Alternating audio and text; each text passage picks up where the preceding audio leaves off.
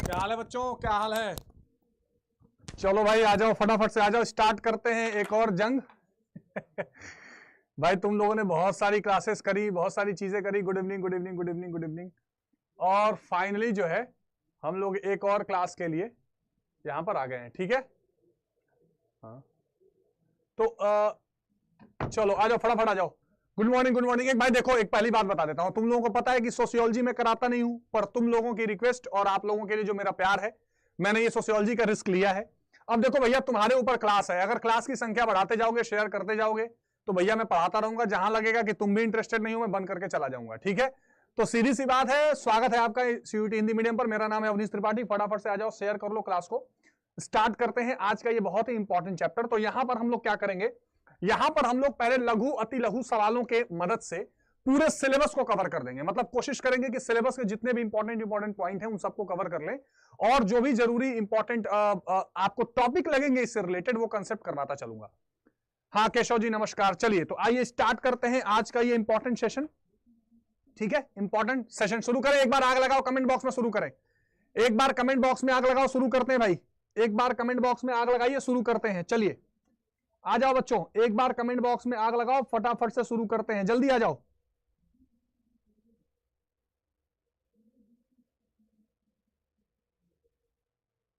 छोटे छोटे, हाँ फटाफट से आग लगाओ। 100 करते ही शुरू, 100 होते ही शुरू। चलो बहुत बढ़िया।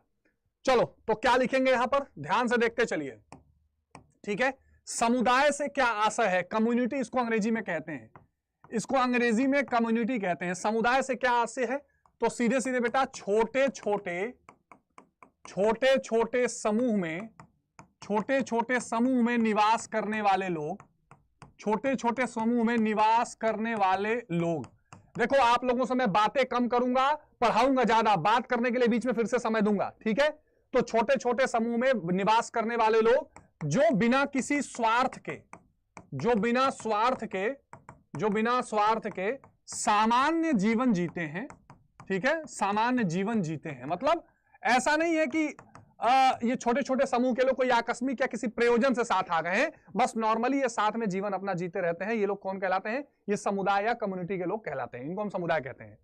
ग्रामीण समुदाय की दो विशेषता क्या है, देखो ये बहुत इंपॉर्टेंट क्वेश्चन है। ये पूरे आपके पूरे जो सोशियोलॉजी है इसमें ग्रामीण, शहरी, नगरीय ये चलता रहेगा। ये ग्रामीण समुदाय क्या है, नगरीय समुदाय क्या है, ये चलती रहेगी कंडीशन कहानी। तो ग्रामीण समुदाय की दो विशेषता क्या है, एक तो बच्चों ध्यान रखना, कृषि आधारित जीवन, ठीक है? कृषि आधारित जीवन शैली होगा, यानी जो इनका जीवन होगा वो किस पर आधारित होगा, इनका जो जीवन होगा बच्चों वो कृषि यानी एग्रीकल्चर पर आधारित होगा, खेती बाड़ी पर ये लोग रहेंगे। पूरा सिलेबस कराऊंगा, 2 मिनट मेरे साथ बने रहना और शेयर करते रहना भाई, सीधी बता दे रहा हूं। तो कृषि पर आधारित इनका जीवन होगा। इसके अलावा क्या होता है बच्चों, इसके अलावा क्या होता है, कृषि आधारित जीवन होता है, और जो विशेषता होती है वो क्या होती है, रोजगार एवं आय की कमी, रोजगार एवं आय की कमी रहती है, कृषि आधारित जीवन होता है, और बाकी कई सारी विशेषताएं हम इसमें लिख सकते हैं। प्राथमिक क्रियाओं में संलग्न रहते हैं, पशुपालन और खेती, पशुपालन की भी क्रियाओं में, प्राथमिक क्रियाओं में जुड़े होते हैं, ये सारे जोड़ सकते हैं आप। समुदाय की विशेषता क्या होती है, किसी भी समुदाय की विशेषता, हाँ जय श्री राम जय श्री राम बच्चों, जय श्री राम, जय श्री राम। समुदाय की विशेषता, ठीक है? समुदाय की विशेषता क्या होती है, एक बेटा इनका निश्चित भूभाग होता है, निश्चित भूभाग। समुदाय की एक विशेषता क्या होती है, वो एक निश्चित भूभाग में रहेंगे। सबसे इंपॉर्टेंट बात, जय श्री राम, जय श्री राम। उनका एक निश्चित भूभाग रहेगा, और क्या रहेगा, व्यक्तियों का समूह होगा, सामुदायिक भावना होगी, एक साथ रहने की भावना होगी, ठीक है? सामुदायिक इनकी भावना होगी, ठीक है? व्यक्तियों का समूह रहेगा, क्या रहेगा बच्चों, व्यक्तियों का समूह। तो ये सारी चीजें क्या है, समुदाय या कम्युनिटी के विशेषता में हम लोग देख सकते हैं। व्यक्तियों का समूह रहेगा, सामुदायिक भावना रहेगी, है ना, ये एक निश्चित भूभाग रहेगा, ठीक है, अनिवार्य सदस्यता इसमें रहेगी, लोग इसके सदस्य रहेंगे ही। इसके अलावा वर्ग से आप क्या समझते हैं, वर्ग, वर्ग से आप क्या समझते हैं, ठीक है। तो वर्ग में क्या होता है, समान सामाजिक आर्थिक स्थिति के लोग, जैसे मान लो वर्ग क्या होता है, ध्यान से सुनना, वर्ग का मतलब होता है जब एक जैसी स्थिति के लोग, जैसे मान लो गरीब गरीब या अमीर अमीर या मध्यम परिवार वाला मध्यम परिवार, तो जब एक जैसे, हाँ राजनीति उसी में उनका जीवन, बिल्कुल आजाद, ठीक बात, हाँ बेटा लवलेश खुश रहिए। तो जब एक जैसी स्थिति के लोग एक साथ रहते हैं, अमीर अमीर एक साथ, गरीब गरीब एक साथ, एक जैसी स्थिति के लोग एक साथ रहते हैं, तो उनको हम लोग क्या बोलते हैं, वर्ग, यानी कि वर्ग से उसको हम लोग क्या करते हैं, डिफाइन करते हैं, इसको वर्ग कहा जाता है। आगे बात समझ में। अब ये सामाजिक स्थिति क्या होगी, हो सकता है शिक्षा के हिसाब से एक जैसे हो सकता है रोजगार के अनुसार एक जैसे हो, है ना। तो शिक्षा, रोजगार या आर्थिक स्थिति, इनके हिसाब से जब एक जैसे लोग एक साथ रहते हैं, उसको हम लोग वर्ग कहते हैं। Sir I have selected MBS as musical teacher.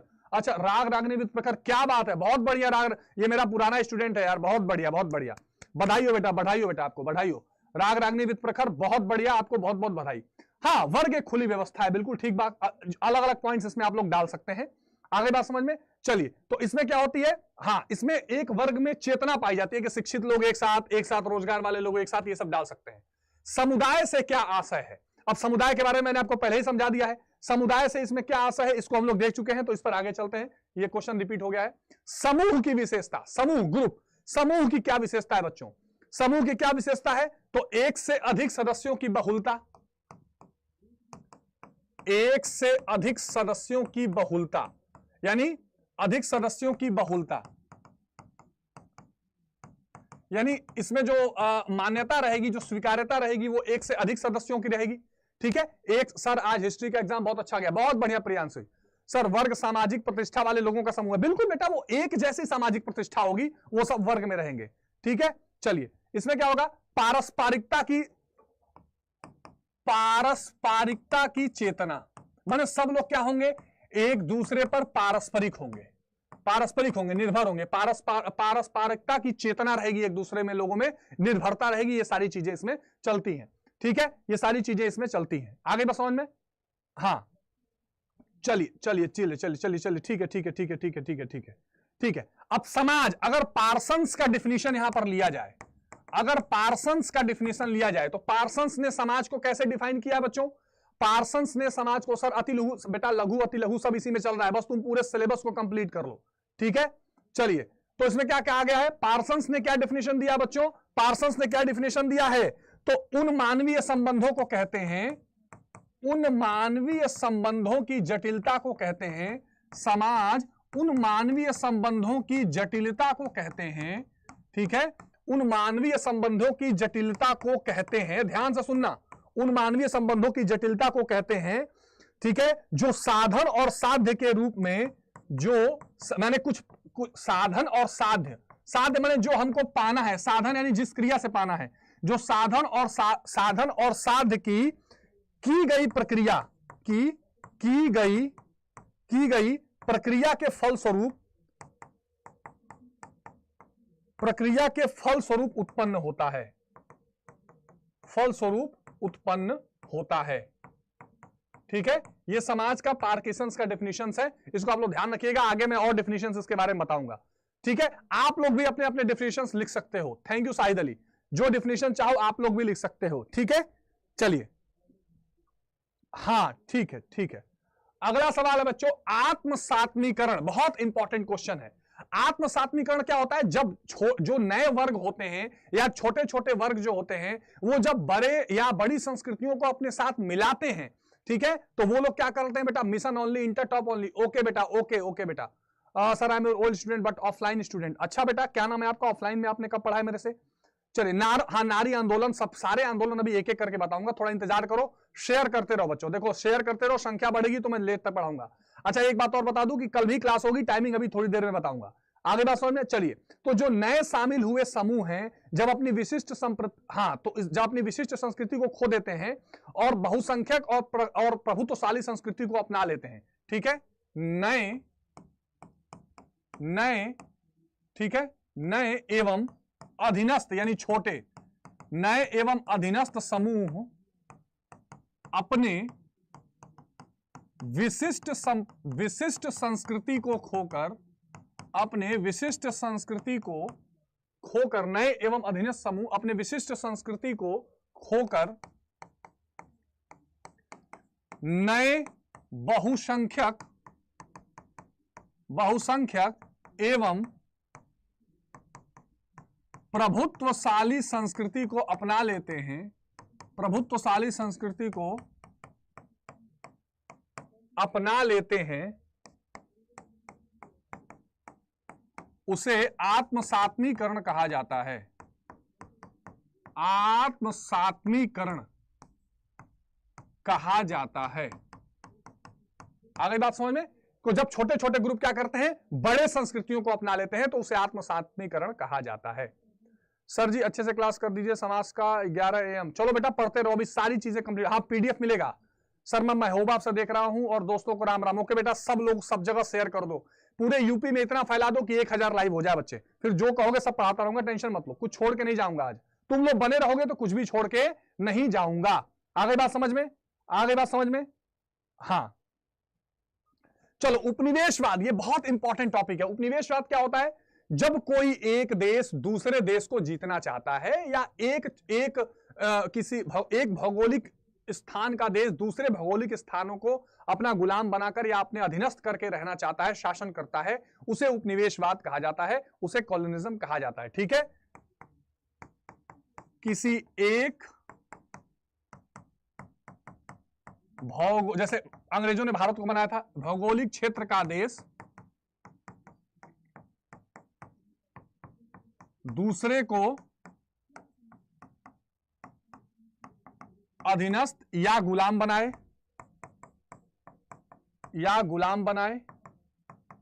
ठीक है, अधीनस्थ या गुलाम बनाए।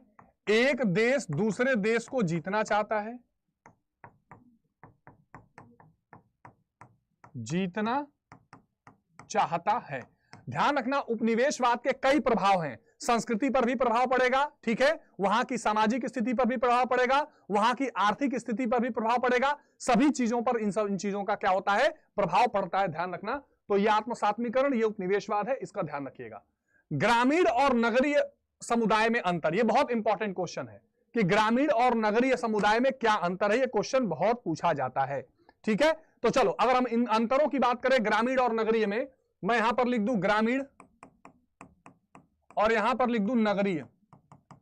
तो अगर हम एक एक करके अंतर लिखना चाहें तो ग्रामीण में क्या होता है बेटा, ये कृषि कह लो या प्राथमिक क्रियाओं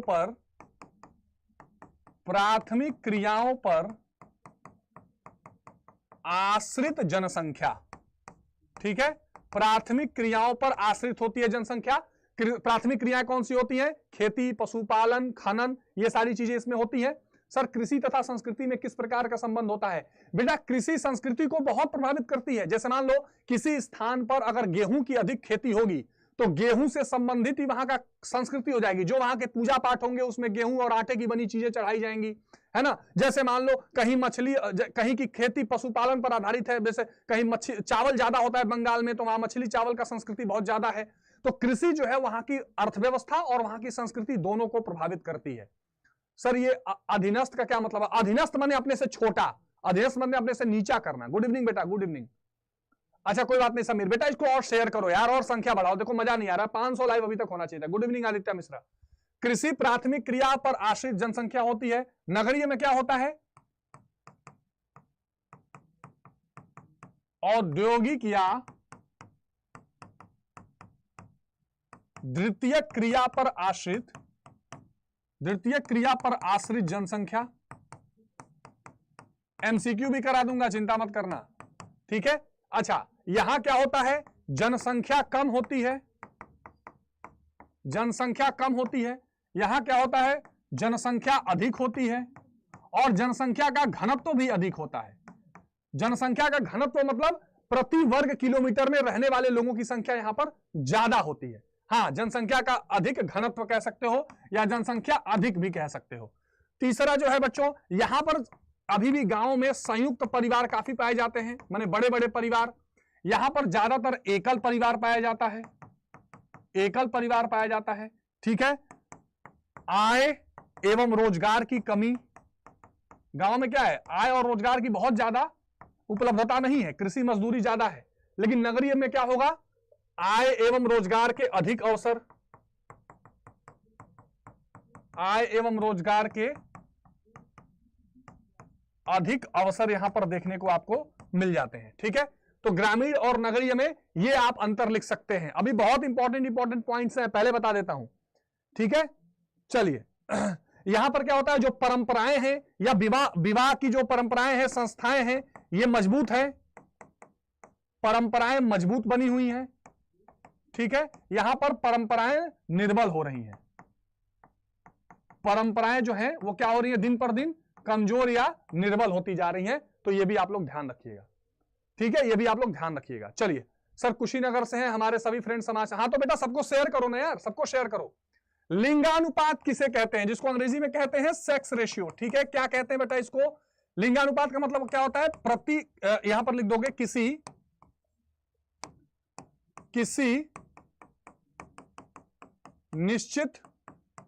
निश्चित समय एवं स्थान पर प्रति 1000 पुरुषों पर महिलाओं की संख्या,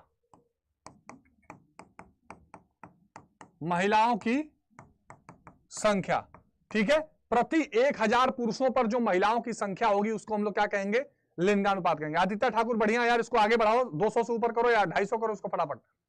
प्लीज सर थोड़ा डर लग रहा है, सब पढ़ा दीजिए, सब पढ़ा देंगे यार, थोड़ा बने रहोगे तो पढ़ा दूंगा, नहीं बने रहोगे चले जाओगे तो भाई मैं क्या पढ़ाऊं। प्रणाम बेटा, प्रणाम तनु, चलो प्रणाम रूपल। जनसंख्या वृद्धि क्या है, इसको रोकने के क्या उपाय हैं। देखो जनसंख्या वृद्धि, वैसे तो जनगणना हर 10 साल पे होती है, तो हर 10 साल पे जनसंख्या में जो होने वाला परिवर्तन या वृद्धि है उसे जनसंख्या वृद्धि कहते हैं। ठीक है, प्रत्येक 10 वर्ष में जनसंख्या में होने वाली वृद्धि को जनसंख्या वृद्धि कहते हैं। ठीक है, जनसंख्या वृद्धि कहते हैं। इसको रोकने के क्या क्या उपाय हैं बच्चों, इसको रोकने के उपायों में आप क्या लिख सकते हैं। हाँ बेटा, बिल्कुल बिल्कुल, चलो हाँ, स्मार्ट स्टडी। ठीक है अमृता, ओके बेटा, ओके ग्रेट। अब चलो शेयर करते रहो। जय भीम जय भीम जय भीम। हाँ लॉन्ग बेटा, इसी के पॉइंट्स में लिख रहा हूं, पॉइंट्स को आप बड़े करके लिख लोगे, मैं बाद में बताऊंगा कौन में और क्या क्या पॉइंट जानना है। हाँ, गुड इवनिंग बच्चों, गुड इवनिंग। शेयर करो यार, फटाफट शेयर करो। चलो अब इसमें क्या क्या उपाय में आप क्या क्या लिख सकते हैं, उपाय में आप क्या क्या लिख सकते हैं जनसंख्या वृद्धि को रोकने के उपायों में। तो एक तो बेटा इसमें शिक्षा लिख सकते हैं कि लोगों को शिक्षित किया जाए। ठीक है, शिक्षा लिख सकते हैं। इसके अलावा जो है जिसको कहते हैं शिक्षा हो गया। ठीक है, जागरूकता। ठीक है, जागरूकता। इसके अलावा जो मेडिकल उपाय हैं उनको भी करके हम क्या कर सकते हैं, रोक सकते हैं, जनसंख्या वृद्धि को बढ़ने को कंट्रोल कर सकते हैं। ठीक है, चलिए। हाँ बिल्कुल। अच्छा, जनसंख्या वृद्धि के प्रभाव में क्या जाएगा, देखो आपकी अर्थव्यवस्था पर भी बुरा प्रभाव पड़ेगा, आय और रोजगार पर बहुत ज्यादा दबाव बनेगा, जो भूमि आधारित भूमि है, जो कृषि योग्य भूमि है उस पर दबाव बनेगा। ठीक है, और वो भूमि जो है वो ज्यादा लोगों को फिर पोषण नहीं कर पाएगी। और इसके अलावा जो सरकारी योजनाएं हैं उनका लाभ मिलने से बहुत लोग वंचित रह जाएंगे, उस पर दबाव पड़ेगा, संसाधनों पर दबाव पड़ेगा। तो जनसंख्या वृद्धि के तमाम तरीके के क्या हो जाएंगे, तमाम तरीके के आप इसकी समस्याएं या इसकी कमियां आप बता सकते हैं। आ रही बात समझ में? बिल्कुल। चलिए, बंध्याकरण भी इसका एक उपाय है, जिसमें हाँ, जिसको नसबंदी भी कहा जाता है, जिससे क्या होता है जनसंख्या वृद्धि को हम रोक सकते हैं। चलो, माल्थोस का जनसंख्या सिद्धांत क्या है? ठीक है, तो माल्थोस ने किताब लिखी एस्से ऑन पॉपुलेशन। ठीक है, माल्थोस ने किताब लिखी एस्से ऑन पॉपुलेशन। और ये बहुत इंपॉर्टेंट क्वेश्चन है। इसने क्या कहा, इसने कहा कि जनसंख्या में ज्यामितीय वृद्धि होती है, जनसंख्या में ज्यामितीय वृद्धि होती है तथा प्राकृतिक संसाधनों में, प्राकृतिक संसाधन या प्राकृतिक संसाधन नहीं, मुख्य रूप से जो खाद्यान्न है ना, खाद्यान्न में अंकगणितीय वृद्धि होती है, अंकगणितीय वृद्धि होती है। सर इसका मतलब क्या हुआ? इसका मतलब होता है कि जो जनसंख्या है वो कई गुना बढ़ती है, 2 गुना, 4 गुना, 8 गुना, लेकिन जो खाने पीने की चीजें हैं वो 2 + 4 + 6 + 8 + 10 वो 2 2 2 2 3 3 3 3 6 6 6 बढ़ती हैं। तो यहां पर क्या होता है बेटा, कहने का अर्थ यह है कि जनसंख्या में वृद्धि खाद्य पदार्थों के वृद्धि से, खाद्य पदार्थों की वृद्धि से अधिक तेजी से बढ़ेगी। खाद्य पदार्थों की वृद्धि से अधिक तेजी से बढ़ेगी, अधिक तेजी से बढ़ेगी, ठीक है। और इसके कारण कुछ लोग सदैव भूखे रहेंगे। सदैव क्या रहेंगे? सदैव भूखे रहेंगे। बेटा ये पेन बहुत गड़बड़ चल रहा है, ये लिखना नहीं बन रहा इससे, मैं देखता हूं अगर दूसरा पेन मिल जाए तो।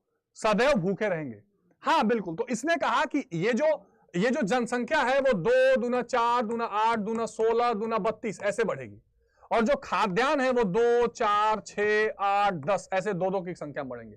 तो ये इन्होंने कहा, माल्थस ने कहा कि देखो ऐसा भैया, हर हाल में कुछ लोगों को क्या रहना पड़ेगा, हर हाल में कुछ लोगों को भूखा रहना पड़ेगा।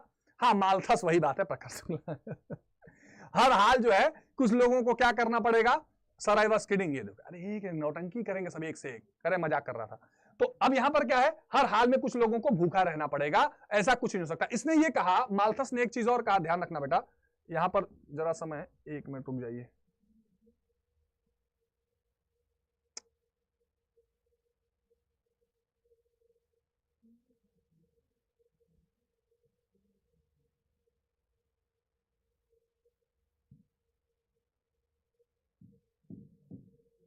हाँ यहां पर माल्थस ने यह भी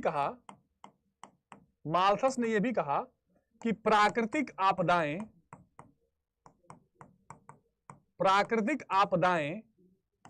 इसके अलावा भूखमरी जनसंख्या को नियंत्रित करने का एकमात्र उपाय है। उसने कहा भैया देखो, जनसंख्या को जितना चाहिए उतना हमारे पास अनाज नहीं है, उतना हमारे पास संसाधन नहीं है, तो हमें करना यह पड़ेगा। शराब की, जनसंख्या और कृषि को एक ही जैसे बताया है। हाँ तो अब इसमें क्या है, इसलिए जो है हम लोगों को जो ये प्राकृतिक आपदाएं हैं, जो भूखमरी है, ये सब झेलना पड़ेगा, तभी जाकर लोगों को खाना पीना मिलेगा, वरना तो इसमें कुछ होने वाला नहीं है। भैया जो लोग नए हैं सब्सक्राइब कर लेना, चैनल को लाइक कर देना, और बहुत जरूरी चीजें आगे बताने वाला हूं, थोड़ा धीरज रख के बढ़ो। हाँ महिला आंदोलन, दहेज प्रथा सब बताऊंगा, थोड़ा धीरज रखिए, एक एक करके आ रहा हूं, शुरू से आ रहा हूं, कूद के नहीं चलूंगा। अब यहां रुक जाओ, क्या 1000 लाइव होंगे तुम्हारे ऊपर है भैया, करना है तो कर दो। चलो आगे देखते हैं, ठीक है। अगला सवाल, कुछ लोगों ने मेरे से कहा था कहां सोशियोलॉजी के चक्कर में पड़े हो, सोशियोलॉजी के बच्चे पढ़ेंगे नहीं, भाग जाएंगे। मैंने कहा पढ़ाता हूं, शायद रुके रहे, देखते हैं। अब भारत में जनजातियों की मुख्य विशेषता क्या है बेटा, ठीक है, जनजातियों की मुख्य विशेषता क्या है, ठीक है। तो एक भूभाग, सॉरी यहां क्या होगा, समान भूभाग, ठीक है, समान संस्कृति, ठीक है, जल जंगल जमीन से जुड़े हुए, जल जंगल जमीन, या जिसको कह सकते हो प्राकृतिक संपदा से जुड़े हुए, ठीक। और क्या होता है, आधुनिकता से परे, जो जनजाति हैं वो क्या है, आधुनिकता से परे या अछूते हैं, वह आधुनिकता से परे हैं या अछूते हैं, और प्राकृतिक संसाधनों से जुड़कर ये लोग रहते हैं। आगे बात समझे, प्राकृतिक संसाधनों से जुड़ के रहते हैं। हाँ बिल्कुल ठीक, एक समान भाषा, बहुत बढ़िया, ऐसे बोलते जाओ, पॉइंट्स बताते जाओ बेटा, बहुत बढ़िया है। एक समान इनकी भाषा होती है, संस्कृति होती है, ये सारी चीजें जनजातियों की विशेषताओं के रूप में देखी जाती है। हाँ पीडीएफ दूंगा। जाति पूर्वाग्रह क्या है बेटा, जब कोई बड़ी जाति जब कोई बड़ी जाति के लोग, ठीक है, छोटी जाति को हीन समझे या नकारात्मक भाव बनाकर चलें, अच्छा इसमें यह भी हो सकता है कि कोई छोटी जाति का है, वो ऊपर अपर कास्ट को समझे कि धोखेबाजी है। सर बहुत शेयर किया हूं भाई, लोग क्लास शेयर करो। हाँ यार सब लोग कर दो, ठीक है। तो नकारात्मक भाव बना के चले कि नहीं ये तो जाति हमको खराबी करेगी, ये तो जाति जो है हमको नुकसान ही पहुंचाओगी। तो पूर्वाग्रह माने होता है प्रिजुडिस, यानी हम पहले से किसी के लिए क्या कर सकें, पहले से किसी के लिए गलत भावना बनाकर चलते हैं। वो सब जातीय पूर्वाग्रह के अंतर्गत देखी जाती है। वो सब किसके अंतर्गत देखी जाती है बेटा? वो जातीय पूर्वाग्रह के अंतर्गत देखी जाती है। ये ध्यान रखना, ये बहुत इंपॉर्टेंट रूप से चलता है। जातीय पूर्वाग्रह में ये देखा जाता है, ठीक है। जैसे मान लो किसी ने कहा कि मैं वैश्य समाज से हूं, तो उसको लगेगा, एग्जाम्पल देगा, अगर किसी ने कहा कि मैं वैश्य समाज से हूं तो उसको लगेगा लाला होगा, तेली होगा, ऐसा एक धारणा बना लेना जाति के लिए, ये सब जातीय पूर्वाग्रह के अंतर्गत आता है। अगला सवाल है बेटा पुत्र अधिमान्यता। तो जिस परिवार में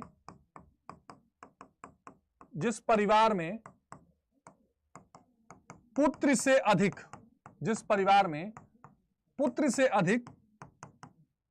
पुत्र को मान्यता दी जाए,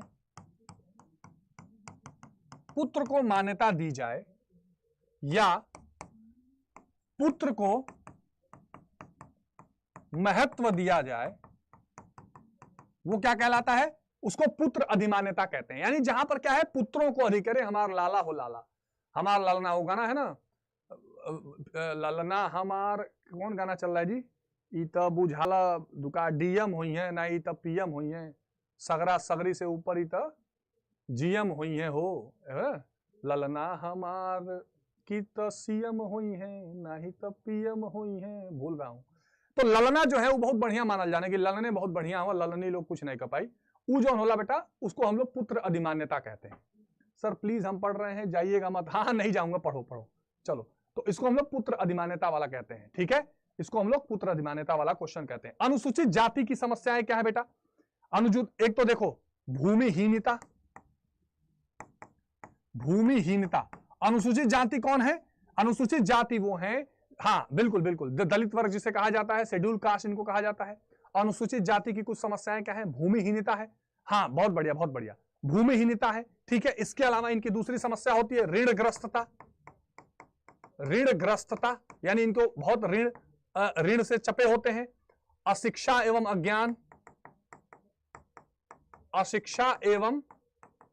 अज्ञान। उसके बाद जातीय पूर्वाग्रह से पीड़ित, जातीय पूर्वाग्रह का शिकार, यानी इनको जो है वो जातिगत भेदभाव बहुत सहन करना पड़ता है, ठीक है। कई बार इनको अस्पृश्यता का सामना करना पड़ता है, अस्पृश्यता के शिकार यानी छुआछूत के भी शिकार होते हैं। तो ये सारी चीजें अनुसूचित जातियों की समस्याओं के रूप में आप लिख सकते हैं। ललना भय कौला दीपक मनवा में आस लागल। हाँ शिवा बहुत बढ़िया, बिल्कुल ठीक कि ललना दूर भइले कुलवा के दीपक। चलिए आगे चलते हैं बेटा। नातेदारी से आप क्या समझते हैं? नातेदारी, ये इंपॉर्टेंट क्वेश्चन है। नातेदारी से आप क्या समझते हैं? ठीक है, ये बहुत इंपॉर्टेंट क्वेश्चन है, ये क्वेश्चन आने की पूरी संभावना है, ठीक है। चलिए, हाँ चलिए, वह संबंध जिनको रक्त, विवाह या रिश्तेदारी से मान्यता मिले,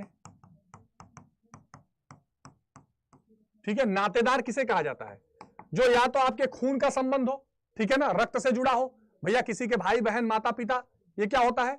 मेरा नाम अवनीश त्रिपाठी बेटा, तो माता पिता भाई बहन, ठीक है, रक्त का संबंध हो, या क्या हो विवाह से, मान लीजिए आपके रक्त से नहीं थी लेकिन आपने किसी से विवाह किया, या दत्तकता भी होता है इसमें। एक दत्तकता यानी गोद ले लेना, दत्तकता माने होता है गोद लेना। तो अगर इससे भी कोई संबंध जुड़ता है तो उसे हम लोग नातेदारी कहते हैं, है ना। इसको हम लोग सर भोजपुरी प्लीज सुना दीजिए, बोल दीजिए। अरे बोलो तबानी भोजपुरी, कितना बोली? भोजपुरी बोलने से 500 लाइक कर दे, बोलो का करो फटाफट चलो। तो उसको हम लोग क्या कहते हैं? नातेदारी कहते हैं। इनको स्वजन कहा जाता है, स्वजन भी कहा जाता है। इनको क्या कहा जाता है बच्चों? आगे बहुत सारे इंपॉर्टेंट टॉपिक्स हैं, भूमंडलीकरण से लेके हरित क्रांति से लेके आंदोलन से लेके सब कराऊंगा, बैठे रहो, पंचायती राज से लेके सब। चलिए, तो इनको हम लोग क्या कहते हैं? नातेदारी कहते हैं। संयुक्त परिवार की विशेषता क्या होती है? संयुक्त परिवार की विशेषता क्या होती है? संयुक्त परिवार की विशेषता क्या होती है बेटा? इसमें ज्यादा से ज्यादा लोग रहेंगे, जाहिर सी बात है, ठीक है। तो इसका आकार क्या होगा? बड़ा आकार होगा। इसका क्या होगा? बड़ा आकार होगा। सामूहिक संपत्ति होगी, जो संपत्तियां होंगी वो क्या होगा बेटा? एक साथ होगा, संपत्ति का बंटवारा नहीं होगा। तो बड़ा आकार होगा, सामूहिक संपत्ति होगी, ठीक है। सामान्य रसोई होगी, ये सबसे इंपॉर्टेंट है। रसोई जो है ना, ये एक में खाना वाना बनेगा, इसी को यही सबसे मेन माना जाता है। सामान्य रसोई होगी। इसमें एक मालिक होगा, कर्ता की प्रधानता, जो करेगा उसकी प्रधानता रहेगी, जो कमा रहा है, जो लीड कर रहा है। ये सब संयुक्त परिवार की विशेषताएं होती है। परिवार दो तरह का होता है, एक संयुक्त परिवार है जिसमें क्या होता है, हाँ हम देवरिया से हैं, जिसमें संयुक्त परिवार है जिसमें क्या होता है, बहुत सारे बड़ी बड़ी लोग, मतलब कई सारे, जैसे मान लीजिए 4 भाई हैं, चारों के बीबी बच्चे सब लोग रह रहे हैं, माता पिता रह रहे हैं। एक है एकल परिवार, बेटा चल हमारा ब्याह हो गया, मेरा लेके अलगे, लड़का लेके अलगे, ठीक बात, हम अलगे रह, तू अपने घर है, हम अपने घर है, तो एकल परिवार। तो ये जो है, ये एकल परिवार और संयुक्त परिवार, ये अंतर है, ध्यान रखिएगा। अगला सवाल, सामाजिक परिवर्तन की अवधारणा को स्पष्ट कीजिए। सामाजिक परिवर्तन किसको कहते हैं? समाज में जो स्थितियां खराब हैं, उन स्थितियों में सुधार लाने की प्रयास करना या सुधार करना, यह सामाजिक परिवर्तन कहलाता है। सर ग्रामीण समझ में ज्यादा संयुक्त परिवार है। हाँ बिल्कुल, ग्रामीण में ज्यादा संयुक्त है। गुड इवनिंग सर, सोशियोलॉजी का भर लाइव क्लास चलिए। हाँ ठीक है प्रियांशी, पढ़ते रहिए। तो इसमें क्या होता है, जाहिर सी बात है, जो सामाजिक परिवर्तन है उसका मतलब क्या हुआ बेटा? सामाजिक परिवर्तन का मतलब ये हो जाता है कि समाज में जो समस्याएं चल रही हैं, जो परेशानियां चल रही हैं, उन परेशानियों को दूर करने की कोशिश करना, ठीक है, उन परेशानियों को दूर करने की कोशिश करना, ये सब सामाजिक परिवर्तन का हिस्सा देखा जाता है, ठीक है। तो समाज की विभेदता, कुरीतियां, समस्याएं एवं दोषों को दूर करने की प्रक्रिया, दूर करने की प्रक्रिया। अब देखो, इसमें और आप पॉइंट आगे बढ़ा के लिख सकते हो कि इसमें ये प्रक्रिया में क्या क्या शामिल होता है या कैसे दूर किया जा सकता है। तो शिक्षा के माध्यम से, जागरूकता के माध्यम से, सरकारी कार्यक्रमों के माध्यम से, ठीक है। सर अब बेटा बताऊंगा, अभी प्रखर रुक जाइए, बताऊंगा। देखो, दूसरे जाति में विवाह करने को अंतरजातीय विवाह कहते हैं, ठीक है। और नीचे और ऊपर को प्रतिलोम अनुलोम, दो तरह का विवाह होता है। अभी उसकी चर्चा मैं करूंगा, रुक जाइए, थोड़ा सा रुक जाइए। तो अब यहां पर क्या होता है बच्चों, समाज की जो विभेदता है, यानी जो समाज में विभेद है, कुरीतियां हैं, समस्याएं हैं, उनको दूर करने की जो प्रक्रिया है, उसको हम लोग सामाजिक परिवर्तन की अवधारणा कहते हैं। इसके लिए शिक्षा, उसके अलावा सरकार की नीतियां, जागरूकता, कानून व्यवस्थाएं, ये सारी राजनीतिक व्यवस्थाएं, ये सारी की सारी चीजें इसके लिए जिम्मेदार मानी जाती हैं। परिवार से आप क्या समझते हैं? तो परिवार एक संस्था है, परिवार एक संस्था है, ठीक है, ठीक है।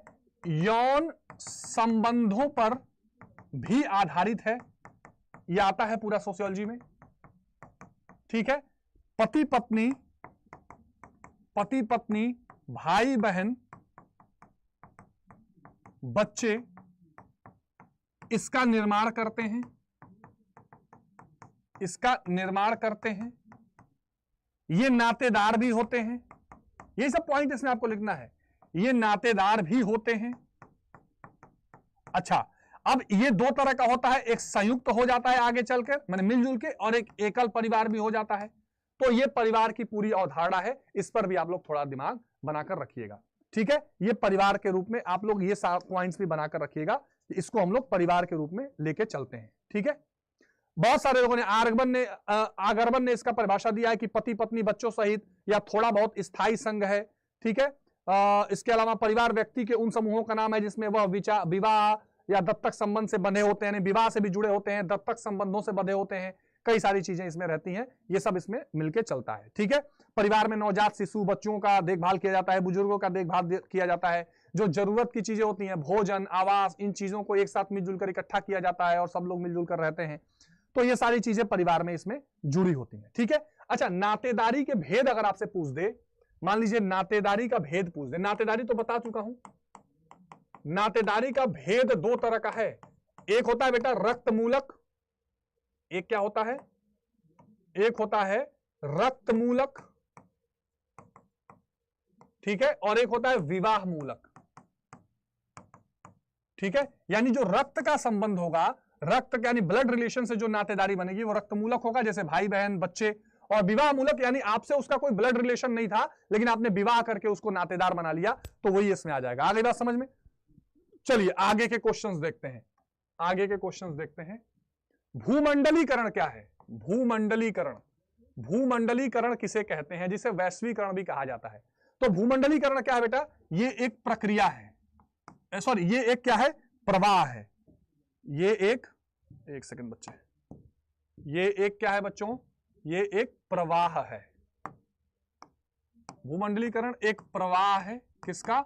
विचारों का, लोगों का,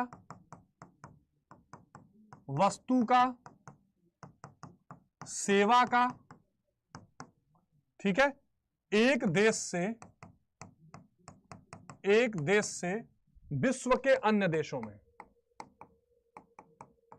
विश्व के अन्य देशों में, ठीक है, एक देश से विश्व के अन्य देशों में लोगों का, विचारों का और पूंजी का भी, इसमें पूंजी भी आती है, पूंजी का भी आदान प्रदान जो होता है, ये सब भूमंडलीकरण या वैश्वीकरण कहलाता है। सबसे अच्छा, भूमंडलीकरण के बारे में कुछ चीजें ध्यान रखिएगा आप। अगर आप भूमंडलीकरण की बात करेंगे, देखिए अगर आप भूमंडलीकरण की बात करेंगे, भूमंडलीकरण, इसको और क्या कहा जाता है? इसको वैश्वीकरण भी कहा जाता है, इसको वैश्वीकरण भी कहा जाता है। अब देखिए भूमंडलीकरण में क्या क्या चीजें आती है, हाँ पीडीएफ मिलेगा, ध्यान से पढ़ लो बेटा, ये बहुत एग्जांपल इंपॉर्टेंट है। भूमंडलीकरण जो है, ये ध्यान रखना, ये पूंजीवाद पर आधारित है। ये किस पर आधारित है? पूंजीवाद पर, पूंजीवाद पर आधारित है, ठीक है। इसमें पूरी दुनिया में एक वैश्विक ग्राम की कल्पना की जाती है। वैश्विक ग्राम यानी पूरी दुनिया एक गांव है, इसकी कल्पना की जाती है। पूरी दुनिया को एक करने की कोशिश, कल्पना को एक करने की कोशिश की जाती है, ठीक है, ठीक है। और जो मैं आपको पहले बता चुका हूं, पूंजी का, विचारों का, लोगों का, वस्तु, सेवा, सबका क्या होता है? आवागमन होता है। आवागमन दुनिया के अलग अलग देशों में होता है। अच्छा, सबसे इंपॉर्टेंट पॉइंट जो वैश्वीकरण में आपको ध्यान रखना है, सबसे इंपॉर्टेंट पॉइंट जो आपको वैश्वीकरण में ध्यान रखना है कि यह एक बहुआयामी प्रक्रिया है। शेयर नहीं कर रहे हैं आप लोग भाई, ये एक बहुआयामी प्रक्रिया है। ये क्या है? एक बहुआयामी प्रक्रिया है। वैश्वीकरण क्या है? एक भूमंडलीकरण क्या है? एक बहुआयामी प्रक्रिया है बच्चों, जिसमें क्या होता है? बहुआयामी प्रक्रिया का मतलब इसमें इसके सामाजिक, राजनीतिक, आर्थिक, ठीक है, आर्थिक, सांस्कृतिक, सभी तरह के प्रभाव देखने को मिलते हैं और समाज के अलग अलग वर्गों में इसका अलग अलग प्रभाव भी देखने को मिलता है, ठीक है। हो रही है तैयारी? हाँ, अलग अलग जगह पर अलग अलग प्रभाव इसका देखने को मिलता है। मैं अभी एक एक करके, अब जैसे एक क्वेश्चन इसमें आएगा कि वैश्वीकरण का सांस्कृतिक प्रभाव, वैश्वीकरण का सांस्कृतिक प्रभाव। तो वैश्वीकरण के अगर सांस्कृतिक प्रभाव की आप चर्चा करेंगे तो वैश्वीकरण में क्या सांस्कृतिक प्रभाव आएगा भाई? एक तो प्रभाव ये डर रहता है सांस्कृतिक समरूपता की, सांस्कृतिक समरूपता, जिसको कल्चरल होमोजेनिटी कहते हैं। सांस्कृतिक समरूपता का बात रहता है कि पूरी दुनिया की संस्कृति एक जैसे हो जाएगी, ऐसा खतरा या ऐसा डर बना रहता है। सांस्कृतिक समरूपता की बात आती है। इसके साथ साथ सांस्कृतिक विशिष्टीकरण भी होता है। सांस्कृतिक विशिष्टीकरण माने इसका मतलब क्या हुआ? बहुत भारी भारी शब्द है, ये बहुत आसान है। इसका मतलब जो छोटी संस्कृतियां होती हैं उनको भी मौका मिलता है कि वो दुनिया के मंच पर अपनी अपनी संस्कृति दिखा सकें।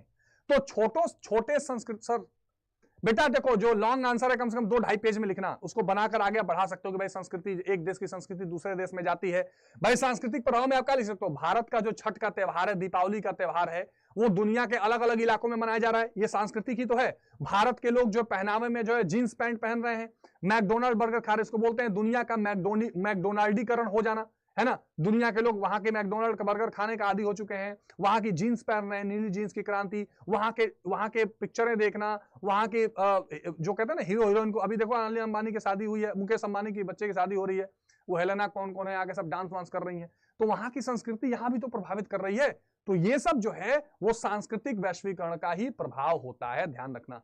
तो ये वैश्वीकरण के सांस्कृतिक प्रभाव है कि दुनिया में एक जैसी बड़ी संस्कृतियां छोटे संस्कृतियों, जिसको कहते हैं सांस्कृतिक साम्राज्यवाद, सांस्कृतिक साम्राज्यवाद, इसका भी खतरा होता है कि जो बड़ी संस्कृतियां हैं वो छोटे संस्कृतियों पर अपना पूरा अधिकार जमा ले। इसके अलावा आप इसमें लिख सकते हैं कि फिल्में, ठीक है, संगीत, पहनावा, भाषा, ये सब एक देश से दूसरे देशों में इनका प्रभाव होता है, इनका हस्तांतरण होता है, ये सब इसके अंतर्गत आती है। ठीक है, चलिए अगले सवाल देखते हैं, अभी डिस्कस करते रहेंगे। बाजार क्या है? बाजार क्या है? वह स्थान, अरे भाई, वह स्थान या मंच जहां वस्तु एवं सेवा का क्रय विक्रय किया जाए, वस्तु एवं सेवा का क्रय विक्रय किया जाता है। वह स्थान जहां वस्तु एवं सेवा का क्रय विक्रय किया जाए।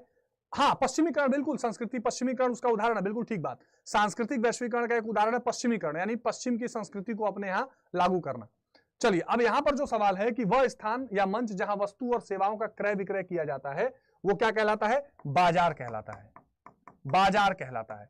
अब ये बाजार कई तरह का होता है। ये बाजार एक मॉल भी हो सकता है, ये जो है एक साप्ताहिक बाजार भी हो सकता है जो सप्ताह में एक बार लगे, ठीक है, ये साप्ताहिक बाजार भी हो सकता है, ये एक वार्षिक बाजार भी हो सकता है, ध्यान रखना, जब मेला, एक साल में कहीं मेला लगता है, ये एक वार्षिक बाजार भी हो सकता है, दैनिक बाजार भी हो सकता है, ठीक है, ठीक है। इसके अलावा ये जो है फुटकर बाजार, यानी रिटेल, यानी छोटी छोटी चीजें जहां मिले।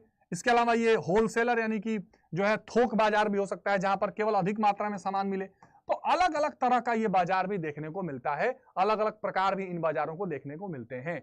आगे बात समझ में, चलिए, वस्तुकरण किसे कहते हैं? वस्तुकरण, वस्तुकरण किसे कहते हैं? कमोडिटिफिकेशन, वस्तुकरण, ये बहुत इंपॉर्टेंट है। चलिए, हाँ हाँ, बिल्कुल ठीक, बिल्कुल ठीक।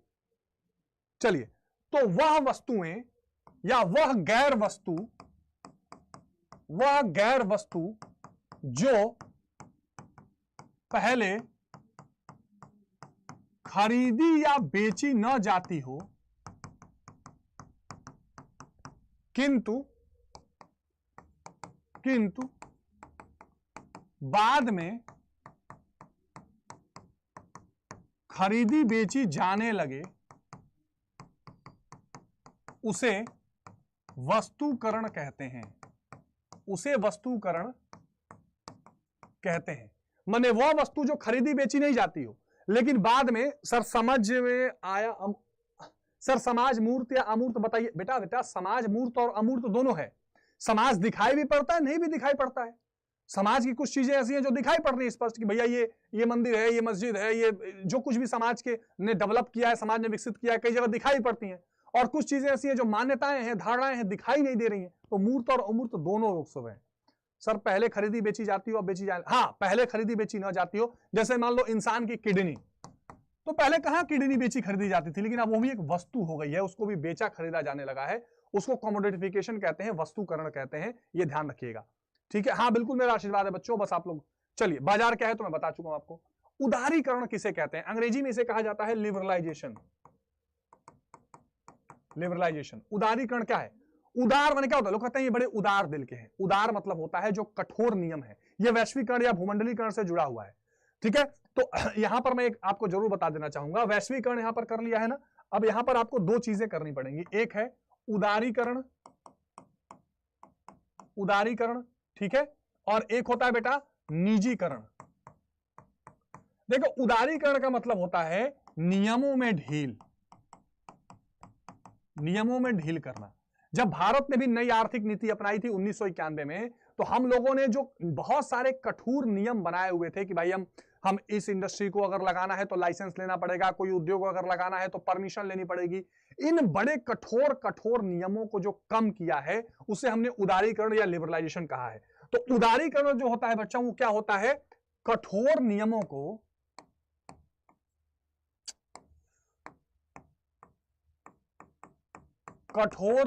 को ढीला करना, ठीक है। आर्थिक उदारीकरण, आर्थिक उदारीकरण, भारत में नई आर्थिक नीति, नई आर्थिक नीति का उदाहरण है। अच्छा, इसका प्रभाव क्या पड़ेगा बच्चों? इसका प्रभाव पड़ा कि जो निजी कंपनियां या जो उद्योग पहले भारत में उनको परमिशन नहीं दिया जाता था, वो भी भारत में आकर क्या हो गई बेटा, बसने लगे। सर जनजातीय आंदोलन क्या? बेटा अभी उस पर आऊंगा, आंदोलन पर अभी नहीं आया हूं, थोड़ा वेट करो, सब करा के जाऊंगा, लेकिन थोड़ा रुकना पड़ेगा, थोड़ा सा आप लोगों को रुकना पड़ेगा।